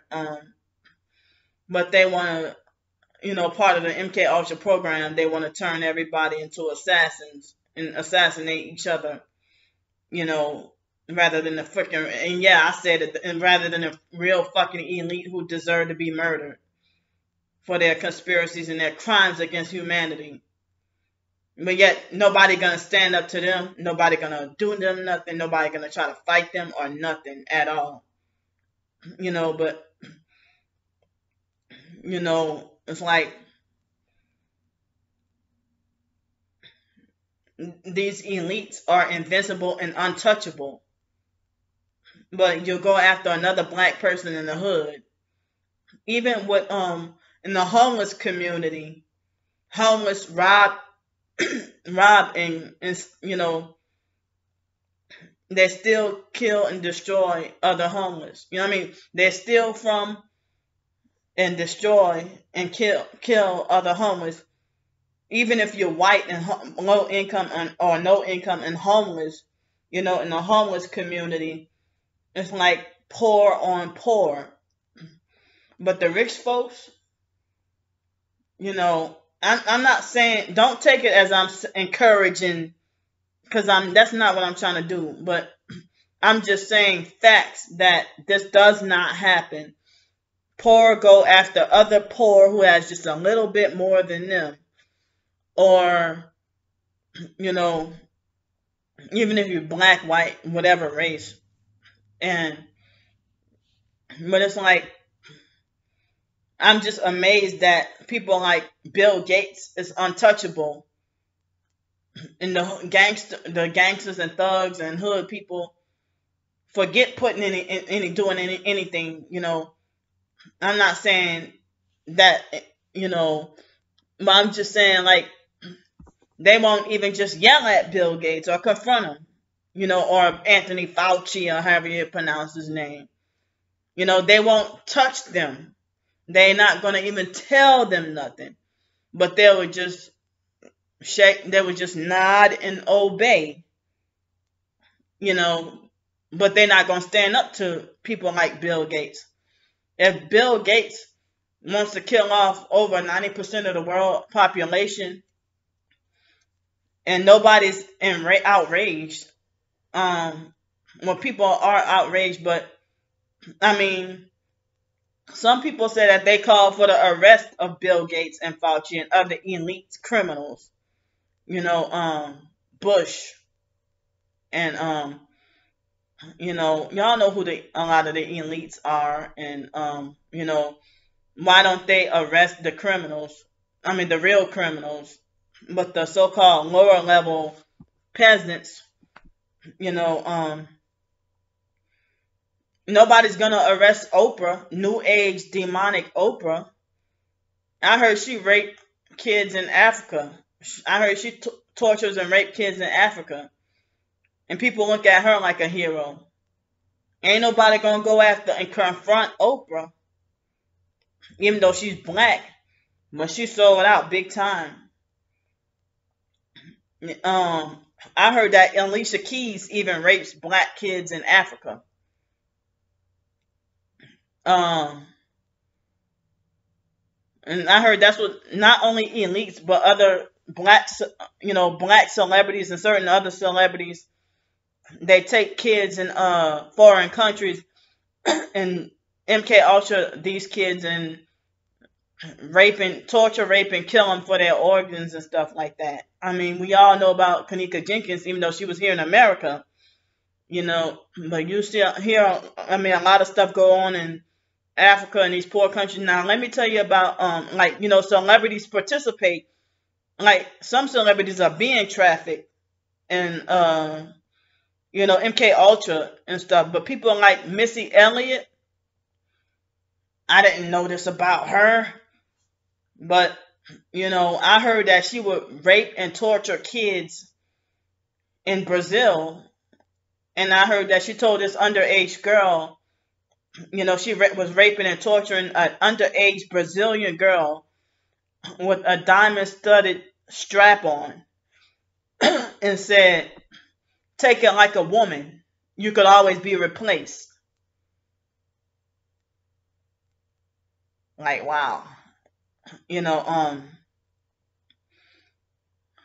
of those gossip sites had said that, because even with some gossip, there's some truth sometimes. You can see some truth. But I don't really look at gossip sites that much anymore, like NicoleBitchy.com and, Gossip, Young Black and Fabulous, whatever gossip sites there are out there gossiping about black celebrities. And it seemed like,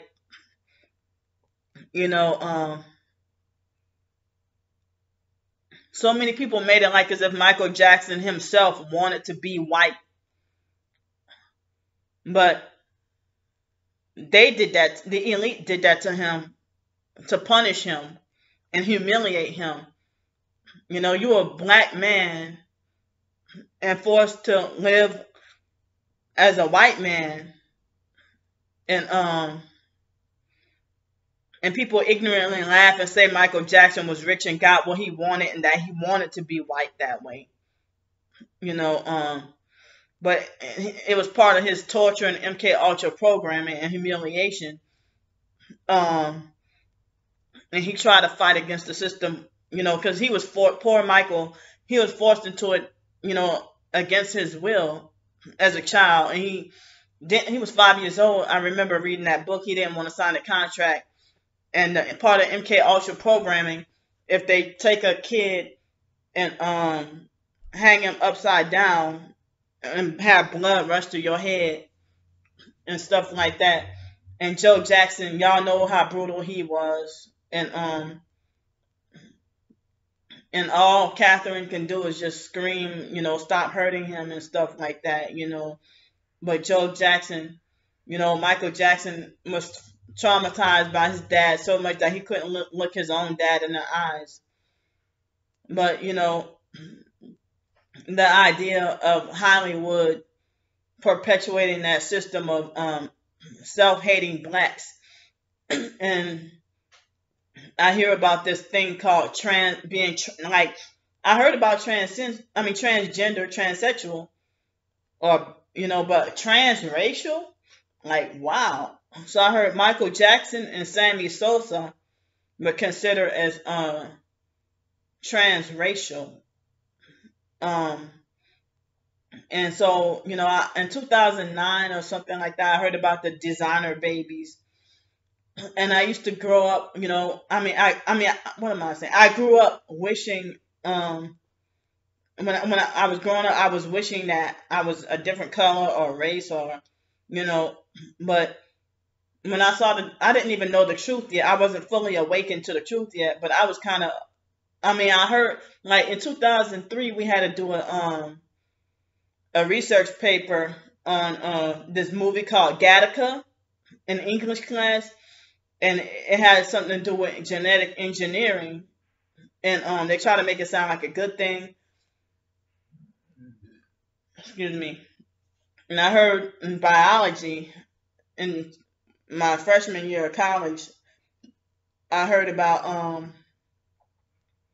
you know, my freshman year of college, I heard about Human Genome Project, and I didn't realize this was, they want to manipulate genes of humanity and make the transhumanism and the mark of the beast, and they want to make you part human, part robot. It's part of the agenda. And I also researched that the so-called dinosaurs and evolution that we learned in school and survival of the fittest was actually reversed, that they want to turn humans into reptiles, demon possessed, So evolution is a fairy tale, and it also brainwashed you to turn away your faith from God, and trying to make you think you're come from animals, so making like you're an animal. Um, but they try to make it like black people, not like, now. How come people weren't outraged that they said, try to say black people come from monkeys? Um, like really, I don't know. Um, if they say black people come from monkeys, or the AIDS virus come from a monkey and then was some kind of way put into black people, and that only black people can get AIDS.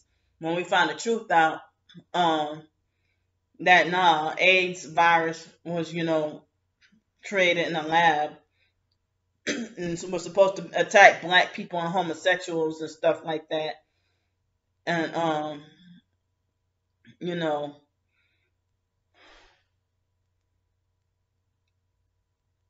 because I remember in 2003, I was so disgusted with the fake IDMR cult that I didn't want to believe in any God, and just felt like, okay, I'm cool with being an atheist, and because I didn't want to go to fake cult Bible class no more. But that was before I learned the truth about Christianity and Jesus Christ and the Illuminati New World Order and all that.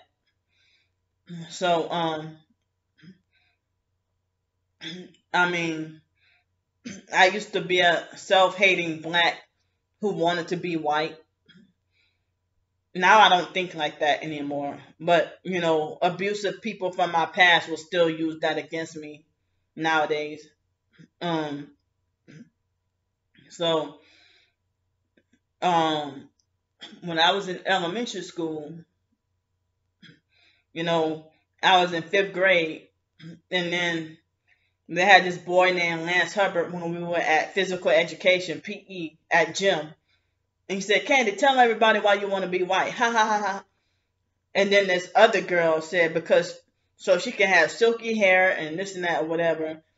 And so then the other girls looked at each other and was like, ugh. And then they backed up, they crawled like away from me. They scooted away from me and was like, ugh, whatever, And growing up, I used to hear how people used to talk about how Asians are the smartest people on the planet, or that dogs are smarter than humans, computers are smarter than humans, and stuff like that. And they try to make it like Asians are superior to white people because of, their perfection of technology and stuff like that.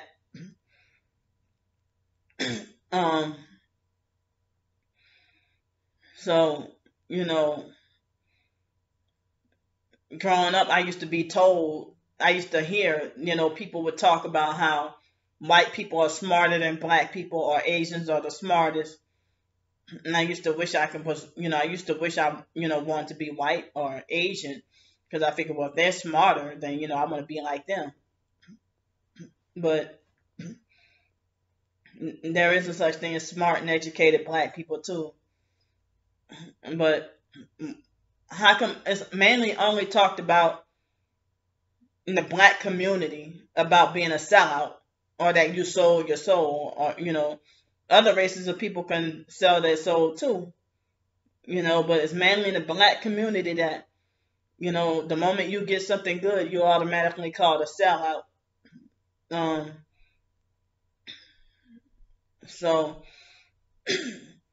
but I mean, it's sadly true that it seems like every time a black person gets success, they be a Masonic sellout. But it seems like, well, what about when a white person gains success and fame? You know, so you know, when I was a little kid, the foster mom would get mad at me for because of the fact that I used to talk about wanting when I was like first, second, and third grade. The foster mom herself was mixed race, but professed to be black, and like the light skinned Creoles, they think it's bullshit to call themselves Creole or mixed. But with the colorism, they the complexion of white people with all the white people traits, but go and after the blackest man that they can find and date him and marry him, have babies with him. And then the kids that come out white like the mom, white skin like the light skinned Creole black mom, they get treated more favoritism than the darker skinned kids. So, I heard sometimes if you're mixed or light skinned, sometimes a lot of people worship you and think you're better, because I looked at both sides. The dark girls documentary and the light girls documentary. I looked at both of those. And some people being light skinned or mixed, I didn't realize they had their share of discrimination and not fitting in anywhere, or being bullied. And if they're bullied by dark and brown skinned people, they people would say that the dark or brown skinned people bully them because they're jealous and wish that they had, the mixed girl or the light skinned girl's features. But, how come they don't feel like that? You know, if the lighter skinned girl, how come they don't say that they're jealous because they wish they had coarse hair or something? But I was brainwashed and trained from a child, to think that I wasn't good enough because of my skin color and my features, despite me having stuff mixed in me anyway. Because people tell me that they can tell that I have Caucasian features, and that they can see a lot of Native American in my features as well. And I've had a couple of people who did ask me if I was mixed with Asian or tell me I had those eyes. I get it from the biological dad, Arthur. So, you know, so I remember, I think I was maybe in third or fourth grade, and the foster mom was like, talking about you want a mixed baby and stuff like that. And she would try to control who I should date or be with. But she had no problem with her biological son marrying and having half Filipino babies. Or, the foster cousin Chris had a white wife named Claire, and they had one mixed child together. Even, the foster cousin Mildred, she had a white a child that was, Now, if Mildred and the foster family, they're supposed to be Creole, but Chris looks black, like a regular brown skinned black guy. And the foster cousin Corey, he had like almost straight hair, but darker than both parents. And then Mildred looked like your typical biracial black and white girl.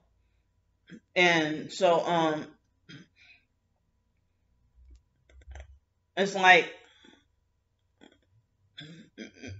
well, if Mildred had a baby with a white guy, but Mildred, Corey, and Chris, their mom, the foster aunt Mickey looked like a white lady. Mickey is the one who I said look as a child looked like Little Debbie on the cake snack cake box, you know. So Mildred's child turned out to look like a straight up white girl, and she had her first husband with two kids that they were I used to say describe them to be orange, you know, like Obama is orange. So and I think that Rihanna's skin color is orange, you know, something like that, you know, and Mildred was orange. And I know y'all might think I'm weird for describing certain skin colors to be orange, or if they're a peanut butter complexion. Like I think that people like Cuba Gooding Jr. is a perfect example of what I call peanut butter complexion. Um, so, and I used to think that peanut butter complexion was put in the brown skin category. I didn't know it was considered light skin, or high yellow, or whatever. But you know, like the foster mom, it was okay. She allowed, you know, her kids, I mean her son, to have, you know, mixed babies, and if they were mixed themselves, the foster mom, I mean the second husband, the famous husband, was light skinned, and the last two husbands were dark. And so she think that because she so-called preferred dark men, that I was supposed to, you know, she tried to force me to like what she like, you know. But now I broke out of that colorism thing, you know. So, you know, I'm, you know, I'm not, you know,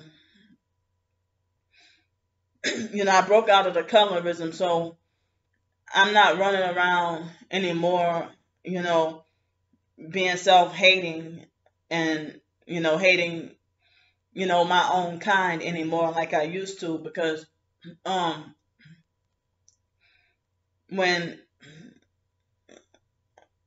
my own race of people abused and traumatized me more than white people, but I didn't know about, you know, that form of abuse and slavery and what happened and stuff. I was too young to realize, you know, being 8, 9 years old. And so I was ironing my clothes one day,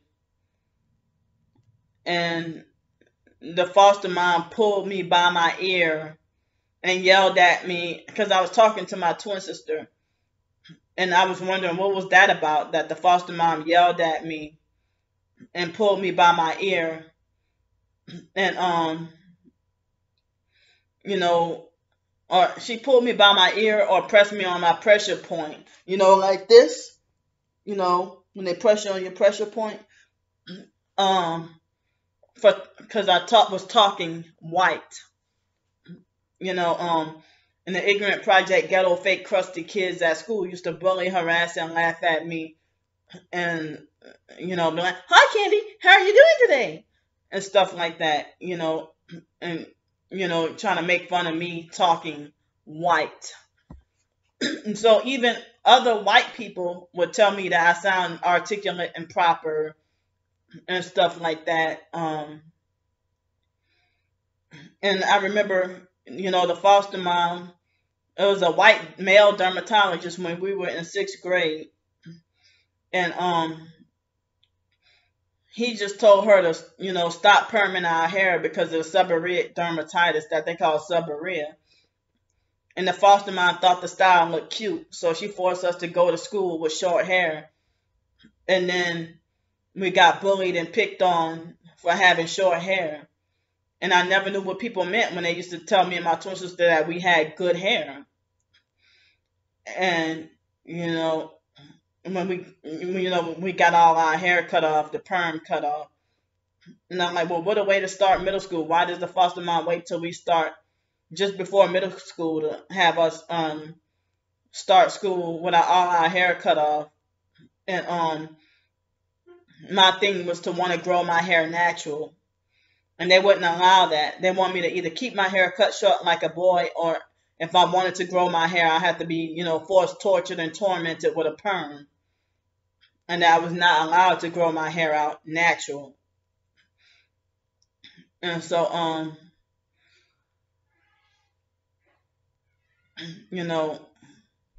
that made me feel really bad. And then once we, because the dermatologist wanted the foster mom to stop perming our hair because it was making our condition worse. And so, by the time we were in 8th grade, excuse me, they used to bully, harass, and laugh at us and call us a boy in a dress when they forced us to wear uniforms. And we got more abuse and persecution from the kids at school, than in 7th grade because of the skirts, being forced to wear a skirt. And they had some other girls with short hair, but not like that. And so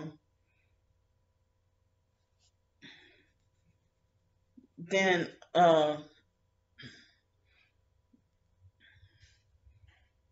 also with the 9th grade, that teacher, Miss Alexander, asked me publicly in front of the class, why do I talk white?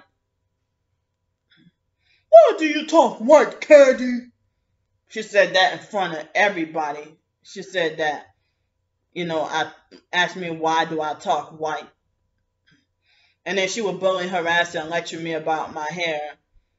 I think my so-called self-esteem and everything shot down the window after the Lanika situation,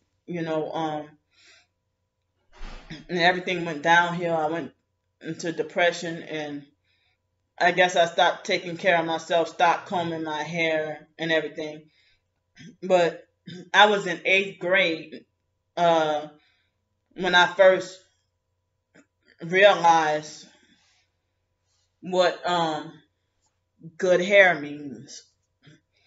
Because I was in 8th grade.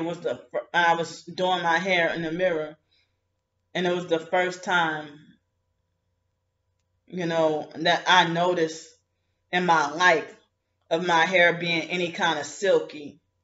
Because the foster mom, with her fake morality, growing up, she used to put 1 dab of grease in our hair every 3 days. And she used to use that white hair grease called Liv, L-I-V. And but before then they used to use like Blue Magic, Green Magic, hairdress and stuff. But then they start to use the Liv hair stuff. So I'm 37 years old, and I suck at everything, and I suck trying to do any kind of hair. And even I went to the biological family after we turned 18, and they would bully, harass, and laugh at me about my hair. Or they would complain about how me and my twin sister, and yeah, they always put all that fucking shit in their hair or whatever. But ever since 6th grade actually, I wanted to be Hispanic. And I was ever since fifth grade. I was learning fifth or sixth grade. I started to learn the Spanish language, and I was interested in everything Spanish for many years. And rejected by my own black community, I wanted to fit in with the Hispanic community and want to learn Spanish, and was rejected. And they were perping me and abusing me as well. Um, I didn't realize the people who treated me like that were demonic. But and now my biological and foster family members, they still to this day still think that I'm a self-hating black who does not respect myself or does not accept or love myself, Um, but I had to learn, and it took a journey for me to many years for me to learn to accept and be content with myself, and my features and the way God made me and everything. Um, but now, um, this my hair might, it's longer than it looks, but um, but due to fake coronavirus and my OCD, um, certain parts of my hair is rough and dry from alcohol splashing on there, but parts like right here is like curly and silky, naturally. Um, it's thick, curly, and silky. And then, you know, Ramona, the biological sister, acting like she would do anything to die for my hair. That she act like she's jealous of my hair and my features. That she wish she had a big booty like me. And, other stuff I don't want to talk about in this video. Too embarrassing. You know, so always wanting to talk about my shape and my body shape and stuff like that, so for many years I wanted to be after sixth grade I wanted to be Hispanic. And then there was a point in time, I guess from ninth grade on, I used to just wish I was light skinned, wish I had green eyes, wish I had those recessive traits, and so when I was 13 years old in eighth grade, the biological brother Wyatt told me, Arthur's not your daddy because want to know how I know, because you're not light skinned like him. So I got mad at him for saying that, and I got mad and tore up his graduation picture. And I said, I feel genetically destroyed because Arthur's not our daddy. He thought it was funny. And, Wyatt also said when we were in eighth grade, we were talking about hair. And he said, nah, my hair is nappier than y'all's, So, like what Creoles, it seems like the features change. Like you can, be younger and have a different skin color from when you're older, or your eye color might change, or your your hair texture might change, your hair color might even change, features changing. So y'all can't really see because I'm not in that much bright and light, but I thought I just had dark brown eyes. But now that I'm older and in my 30s, people are starting to tell me that my eyes look lighter and that I'm starting to have like a grayish blend to my eyes. And I saw that for myself too. And certain light in the sun as well. Even I don't have to be in the sun, but a certain amount of even inside light. My eyes look lighter than when I was younger. Like my eyes used to be very dark brown when I was younger. But now I'm in my 30s and my eyes look lighter brown with a grayish blend to my eyes. And I remember I was still, stuck on the weird stuff when the biological gay brother Mark when I saw he was in my apartment in Denton, Texas, and I freaked out because I wonder how the hell I didn't know that he and I felt envious and upset that it's not fair how he can be the lightest complected or have this, the straightest, not straight, but silkiest hair and the lightest, light, you know, eyes. Well, he doesn't have light eyes, but he had medium brown eyes with a grayish blend. But but I think I heard something about Mark was born with gray or blue eyes or something like that. And Mark was like 4 years old and had super long hair. I knew it wasn't me, but it looked just like me. And I'm like, who's that? And the biological sister Ramona was like, that's Mark. I'm like, well, I didn't know that was Mark. I knew it wasn't me, but it looked just like me in that picture. But he had super long hair as a 4-year-old boy, you know. But by the time Mark was a teenager, I thought he had nappy hair too. Um, but I didn't realize he had what was called good hair, So, well, I up until 2011, was when I stopped being self-hating, and I started researching the Illuminati, New World Order, and all that in 2010, and then 2011, I did deeper research about the Illuminati and stuff, and it helped me. It took one instance to help me accept and realize myself, that we've been lied to and that not one race or skin color is better than another.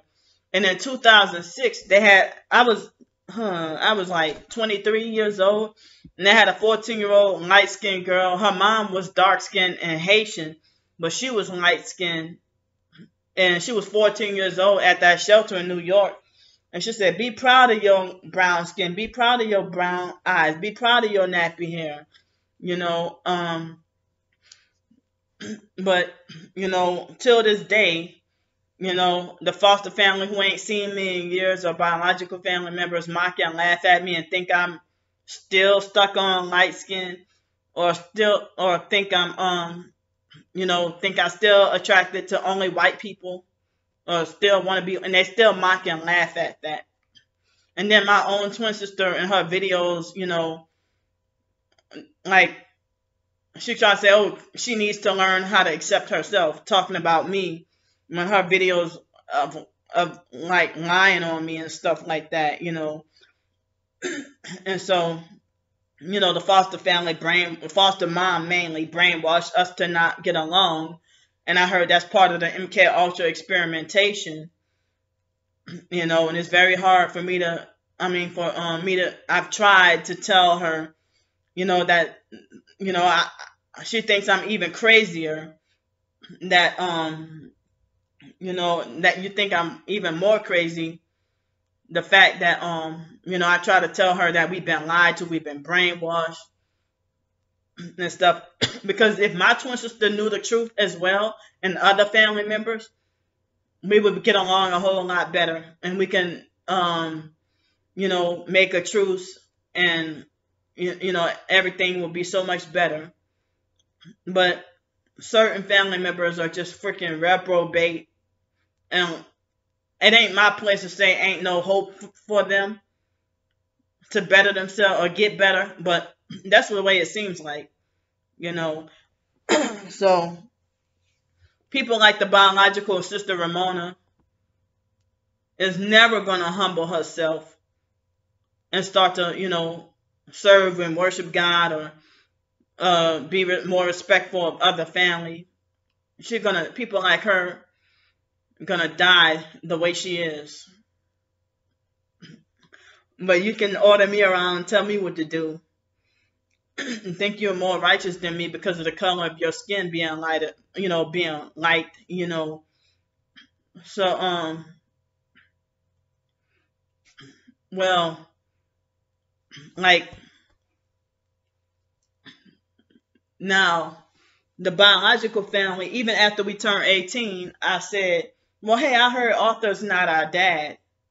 And so the family like, oh, they got fake outraged and said, oh, he's your daddy or whatever. And so then later on in 2005, before Hurricane Katrina, they started to play all kinds of psychological games saying that Arthur's not me, Brandy, and Sean's dad because we're not light skinned like him. And I said, y'all don't know y'all genetics. And so they falsely, you know, they try to make it like as if you're the one who's stuck on skin color, race, and all that. You know, even after you turned away from that. And so in 2015, I got into an argument with Ramona, and I said, I don't believe you when you try to say Arthur's not our dad because we're not light skinned like him. And she said, oh, you worship my daddy? You worship the light skinned people with the special kind of hair? Let me translate that. You worship my daddy? You worship all the light skinned people with the special kind of hair? So, she's just mad because nobody bowed down and worshiped her. All about herself. Excuse me. But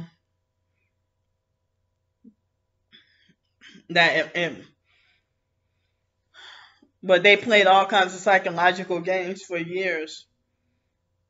And it's like, the biological mom, Frances, will physically block me from trying to talk to or communicate with the biological dad, Arthur.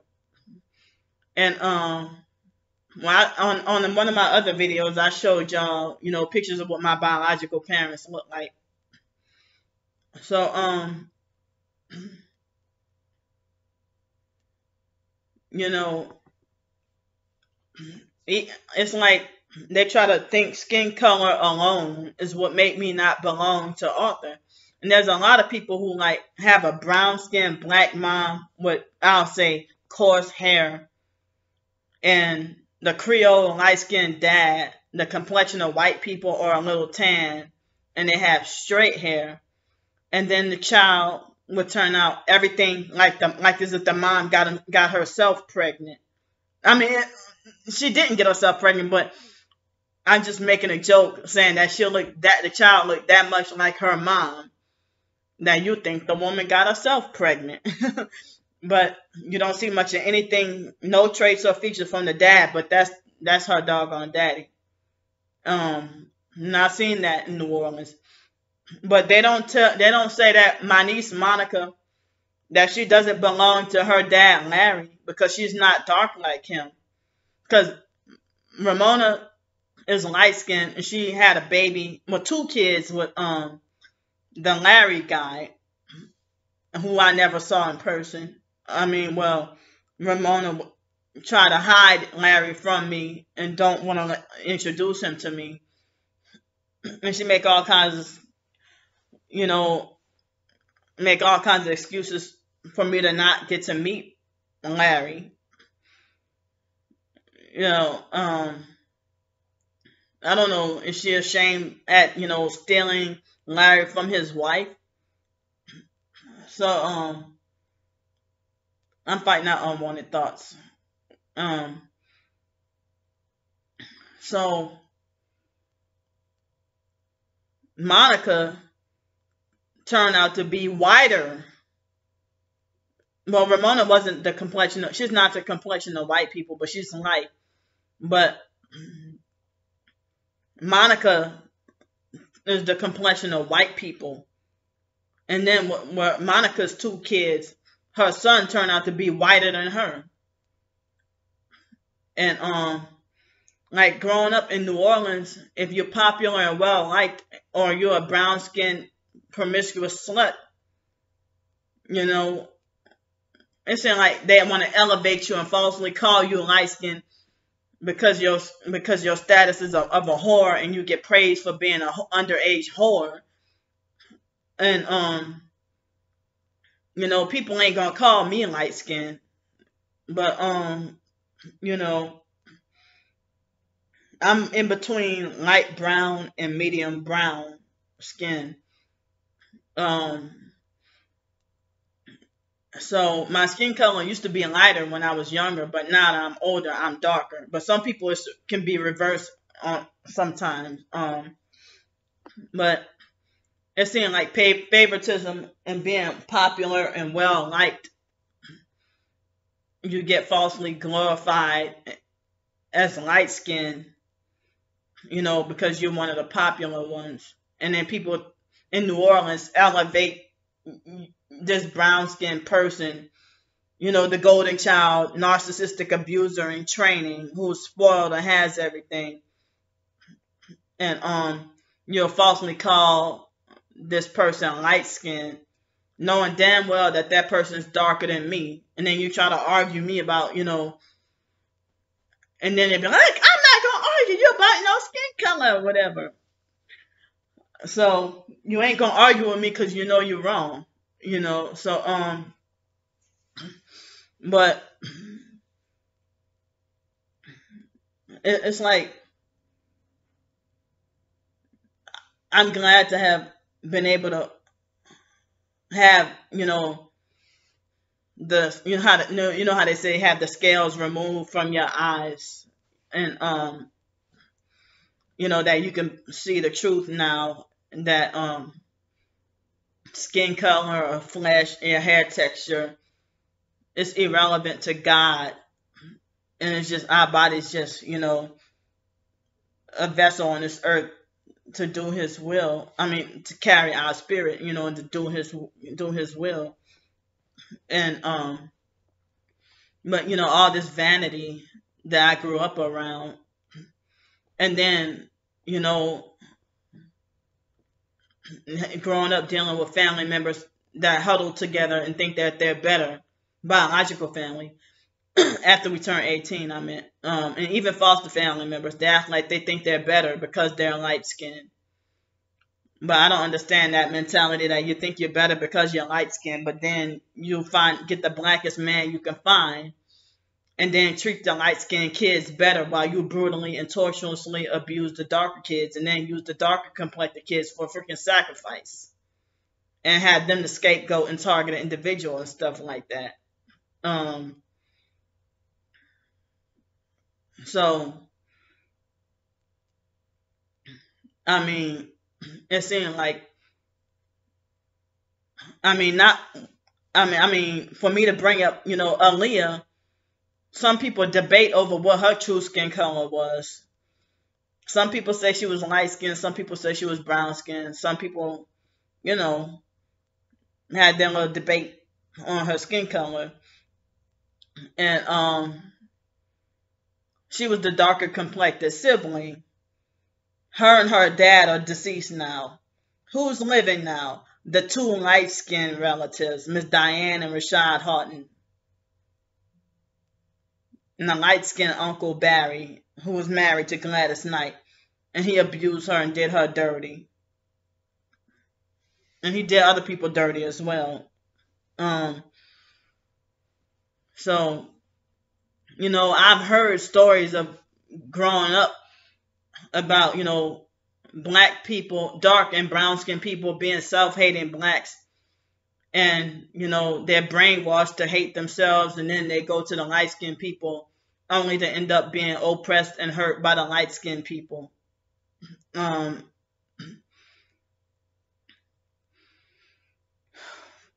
then, like, in black communities, not just New Orleans growing up, but when it comes to so-called mental illness or mental health, and I even seen it on message boards, gossip websites too, that if a so-called if a black person is struggling with so-called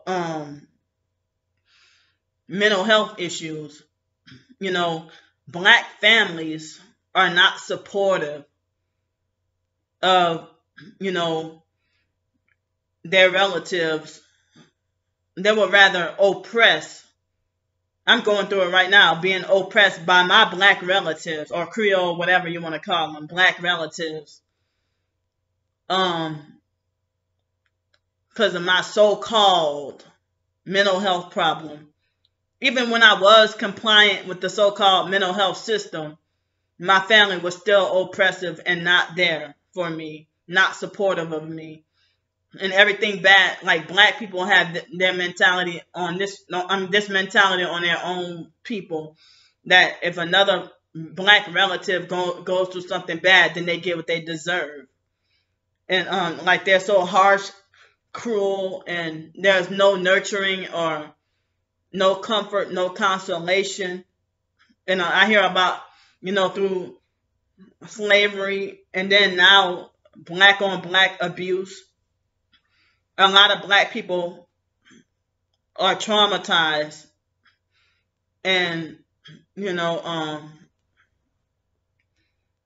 this part of eugenics. They want to make people hate each other, and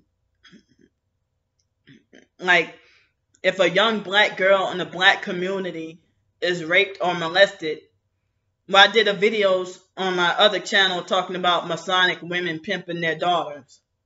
And that could be in any race, but I see this in the black community, that if a young black, now white people don't do this, they'll get the guy prosecuted real fast. But if it's a teen black girl or even a child, like, let me tell you something. The foster sister Shelly, she's supposedly black, but she's the complexion of white people with Asian slanted eyes and really long straight hair. Well, Shelly married the dark-skinned guy, Brian, who I call Greedy Dykes, narcissistic abusers. And Shelly's stepdaughter, Chastity, that's Brian's daughter for another light-skinned woman. So Chastity was like 3 years old being molested. And even when she was 7, and so she tried to, not knowing any better, because we went through this too, being young black kids from the porn we see on TV.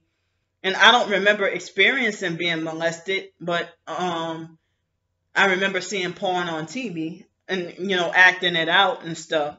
And so Chastity would, act out sexually with other kids and stuff. And Chastity was like 3 years old, and foster sister Shelly hated Chastity and used to call her a whore and slut and all that. Even when she was 7 years old, she used to call, when Chastity was 7, Shelly used to call her a whore and slut and all kinds of derogatory names. And, when I was 8 years old in 3rd grade, I was sexually touched by a boy in a class. And I didn't cross my mind till the next day. I told the next morning. And the foster dad, Al, that was the worst whipping I got in my life. Like, why are you with me for telling? But you're the same man who used to take your pants, like, numerous times as a child. I was 4 years old. And the foster dad, Al, thought it was nothing to pull out his thing and pee in front of us. He didn't close the door, or he didn't make us leave or nothing. Like, he would put his left hand on the wall and then put his hand on his thing, pull his thing out and, pee. When we were like 4 years old, we were little kids. But the foster dad, Al, he used to whip us a lot.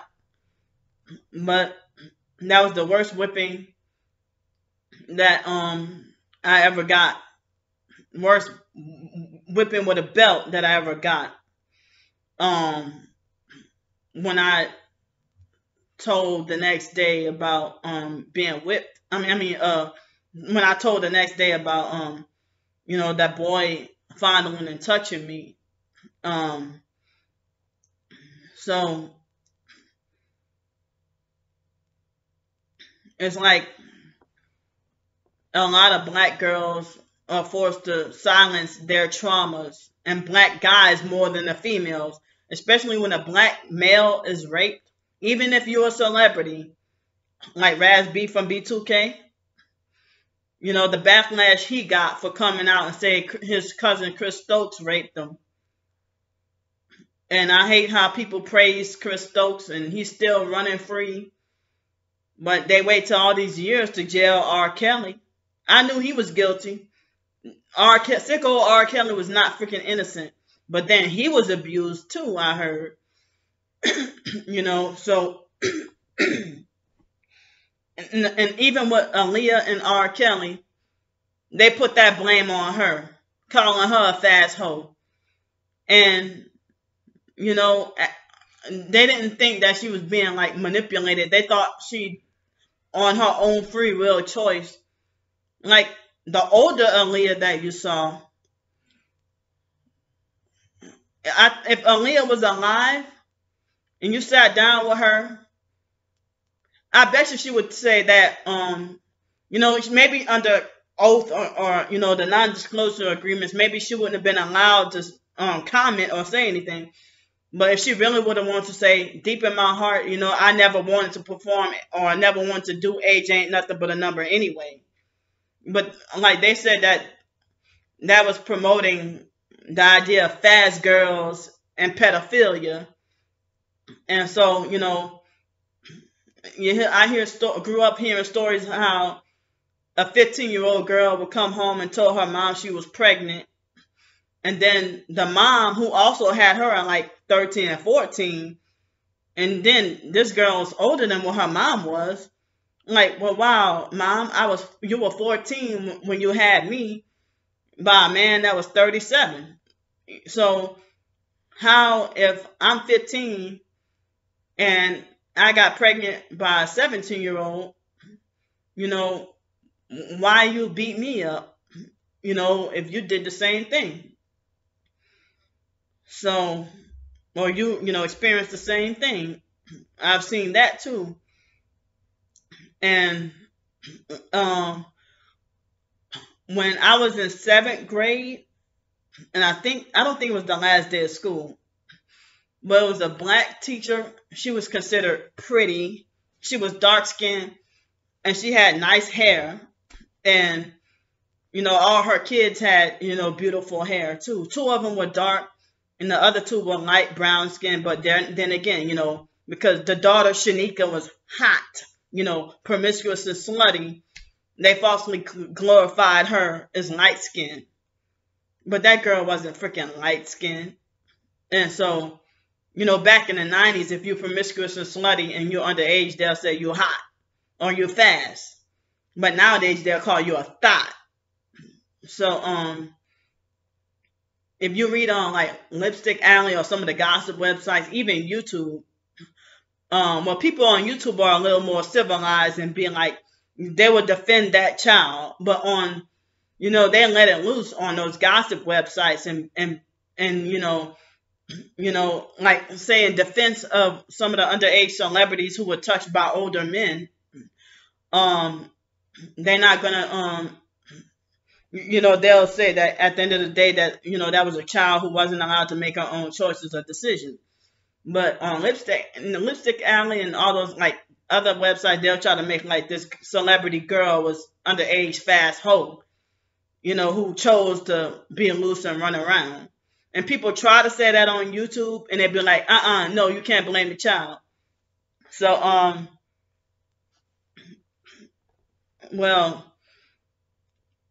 but the double standard is, how come there's no, even with all races, it's like there's no derogatory name for a male hoe, a male whore, a male slut, a male that's being promiscuous and sleeping around, but it's mainly the females. Because God wouldn't want a man to be promiscuous and sleeping and whoring around either.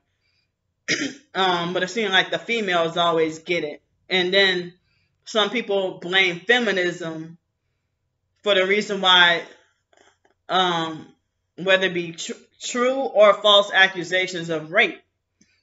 And feminism and porn and stuff like that.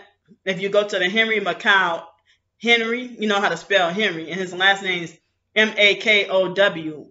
But I think he is controlled opposition. But he would talk about he would speak out against feminism and also the idea of men objectifying and disrespecting women and stuff. So some people blame feminism for the reason why nowadays men don't respect women. But you hear about feminism, but then again, feminism gets more shunned than, well, what's the male equivalent of feminism? I guess misogyny or something. If you're a man and you hear about beta males all the time,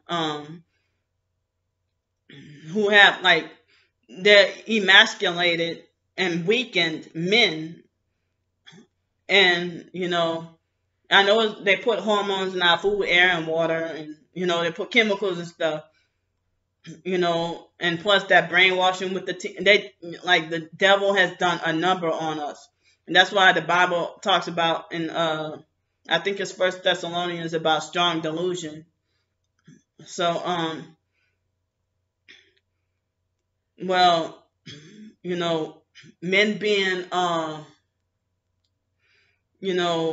emasculated and weakened of all races, and then the women. But it's a big double whammy if you got to be Black American in dealing with this. We already got our own oppression. So, excuse me, if a Black male is raped, and he could be a straight guy who was just violated when he was a young boy, and he'll forever be taunted and harassed and called a faggot or gay, and then that's tough for him to deal with, because the idea of peer pressure and forced to keep on a certain image, oh no, don't tell me my battery's going down. Okay. So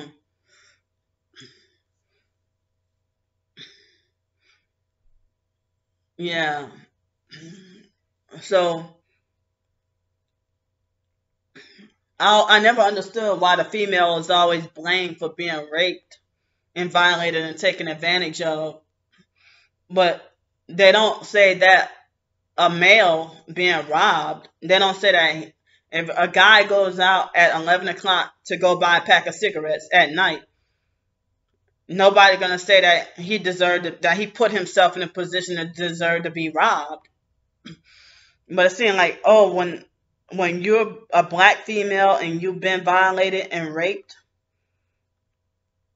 even if it's broad daylight, they blame everything on a female about what you shouldn't have done.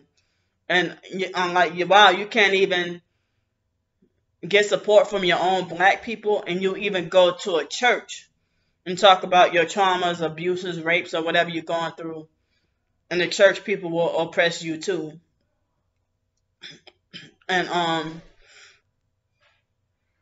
it seemed like even in the church, like Black mega pastors, it's like they bring that ghetto hood mentality into the church rather than cleansing, purifying, and making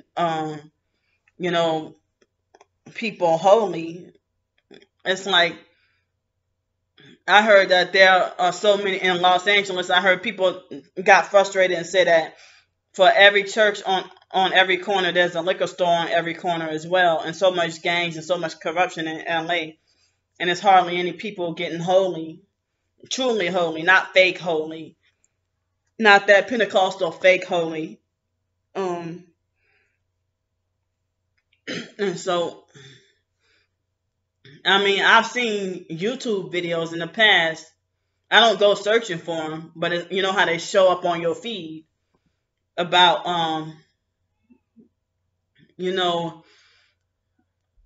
ghetto fights in church and stuff like that.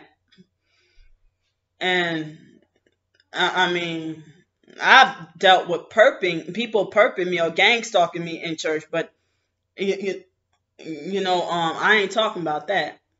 I'm talking about two people who want to get down and get gangster and ghetto and have all out fist fights in church.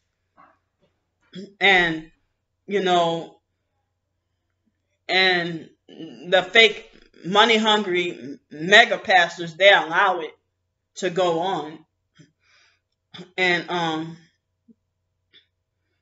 it's like, and I never hear, like, I'm not talking about civilized black Americans, but I'm talking about the ghetto ones who choose to be ignorant and a thug. Um, you know, the ones who, it's like they want to bring their materialism and flashiness into the church. Like that church I went to a few years ago, and that church pastor wanted to talk about football and pimping, and that's supposed to be in the doggone sermon.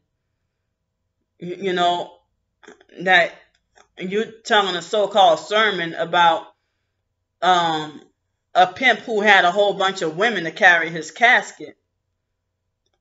And so, I mean, it's like black people aren't trying to come together in unison and to break the bondage and the spell of hating each other, oppressing each other, being low class, ghetto, and ignorant. And like they don't want to try to live more civilized. They feel like they have to act the way massa wants them to act. You know,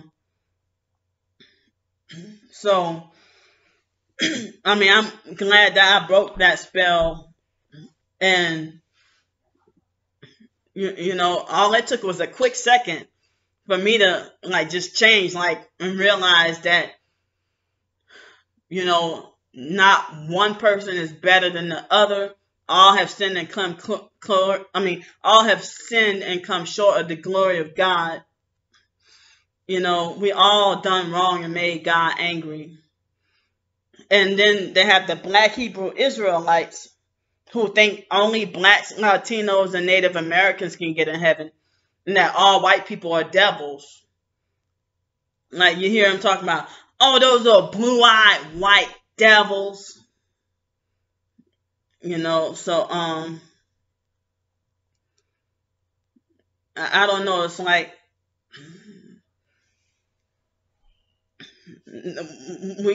we have strayed so far away from God, and you know, with the violence in black neighborhoods, at schools, and everything. The thing that happened in 8th grade when the girl got beat in the face with a lock and her whole entire face was bloody. And then in 2015, I saw 12 men beat on one single pregnant woman. And they beat her. So I never saw a beating that bad in my life. And that I got on my knees and cried and prayed to God. And I don't know if that female it would be a miracle if she's still alive. I never saw that much. I mean, this female was pregnant. And this is black people, the ghetto black people mentality. Oh, she must have done something that she snitched or she did this. And her boyfriend was a gangbanger. And then, because they try to make it like she got what she deserved. I mean, you're making her and that baby suffer. So why the hell they need a whole bunch of men to kick and beat her with all their manly strength? And I think that got me worse than the girl that got beat with a lock, because the girl that got beat with a lock, I only saw the aftermath, and that traumatized me. And then I saw that beating. But you know, even in the 90s, people used to get off on, like, black people would crowd together and run to see two other black people fighting and destroying themselves, destroying each other. And, you know, it's all fun and games until somebody dies. And then some of them are so freaking reprobate that they'll even be like, stomp that hoe, yeah, she stomped that hoe to death, and then laugh, and then vandalize. You know, when the girl Kiva got beat with a lock, they vandalized and said Kiva got fucked up. They vandalized all the bathrooms and said Kiva got fucked up. You know, but they find that entertaining. But if I punch somebody, you know, the only time it's great is when I'm getting my ass beat. If I'm engaging in the fight, if I'm losing, but if I'm winning the fight, oh, you were so wrong, or if I hit somebody, you know, that's like when I got beat up. I'm glad it wasn't worse, you know, a couple of months ago, and that hadn't happened to me in a long time. I haven't got beat up in a long time, and that lady was demon possessed. She was older than me, but she looked younger than me, and she was homeless too, and she was demon possessed. She nearly succeeded at taking my phone. And so, you know, the guy drove by the next day and said, that's why you got an ass whooping. And he was black too. Like as if I deserve it. And, you know, men hate and have zero respect. I mean, black men for their own female. I mean, their own girlfriend, wife. And they glorify and glamorize the ignorant lifestyle and just dating and fornicating. Baby mama, baby daddy. No more black wife and husband and civilized children. None of that. It's like as if it's made to be like as if the black race being thrown out the window. I wish the black race would get along better, black Americans, because even Caribbeans and Africans don't like us black Americans. We are the most hated black Americans. It seems like we're the most hated on the planet, and then other races, we hate each other, and then other races hate us too. You know, now see the vehicle is, that might be, I don't know if that's that same SUV, but they have their lights on. My computer battery is about to die. It's 4:44 and it's already dark outside. But yeah, they got their lights on and stuff. But people say you're the ultimate traitor if you're a black person gang stalking another black traitor. I mean, I'm sorry. I didn't mean to say it like that. If you're a black person gang stalking another black person, you're the ultimate traitor. You're a freaking Judas. So, you know, they still got the lights on. See, that's what made me wonder if you're a perp. Hold on, let me see something. Ow. Because, I mean, homeless white people, they know how to act freaking uncivilized and ghetto too. I think it's a class or income thing.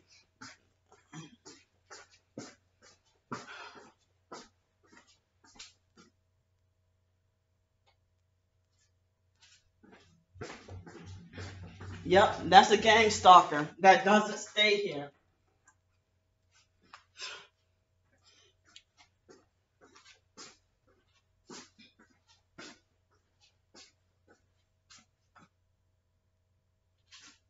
What are y'all doing? You don't live here. You haven't been parked over here. That's the same bastards. You know why they just sitting in their car parked by my stuff? I mean by my room, and they don't live here. Yeah, there's some raggedy perps. And you know, and then you know, the rich proper white people and even other black people, they'll try to bully, harass, and lecture you about inappropriate or narcissistic abusers try to bully, harass, and lecture you about inappropriate or bad behavior. But when it comes to food shortages and struggling when the dollar collapses, food shortages, everybody, no matter what color or race, everybody gonna be getting gangster and ghetto and killing each other and trampling over each other. Hunger Games for this, you know, New World Order fake revolution. you know, so I'm feeling very uncomfortable with that car. I mean that SUV. They definitely don't stay here because they don't be parked here overnight. I promise you, they don't be parked here overnight. And you think you can just come and sit right by my hotel room window and then kick your legs up and lounge around. And you got your bright lights brighting. Wait, they got their lights brighting right into my hotel room. You know, because they got some uncivilized white people and other races of people as well. But the mainstream media wants to make it look like as if lighter skin and white people and Asians are civilized and don't do wrong, don't commit crimes and stuff. But the main people you see on the news, you know how they control the media. Um, the main people criminals you see on the news, um, is brown skin and dark skinned black people. And I was wondering, growing up in New Orleans, how come I never see I never see light skinned people get in trouble or go to jail or something like that. And I know plenty of mean, evil, abusive, light skinned people. Trust me, I grew up, I was a victim of their abuse. See, now, now their car, the SUV, that raggedy Kia, is now gone. They pulled off. See, because they know they don't stay here, they know they're wrong. But if I go tell the front desk, then, I mean, they wanted to distract my video. And those were white people. And they don't even look rich. They look tore down, like they receive welfare or Section 8 and stuff. You know, they look like they do drugs. But you know, that's a fact. And they you know, come to GameStop maybe for meth money. But you know what? You ain't shutting me up. Um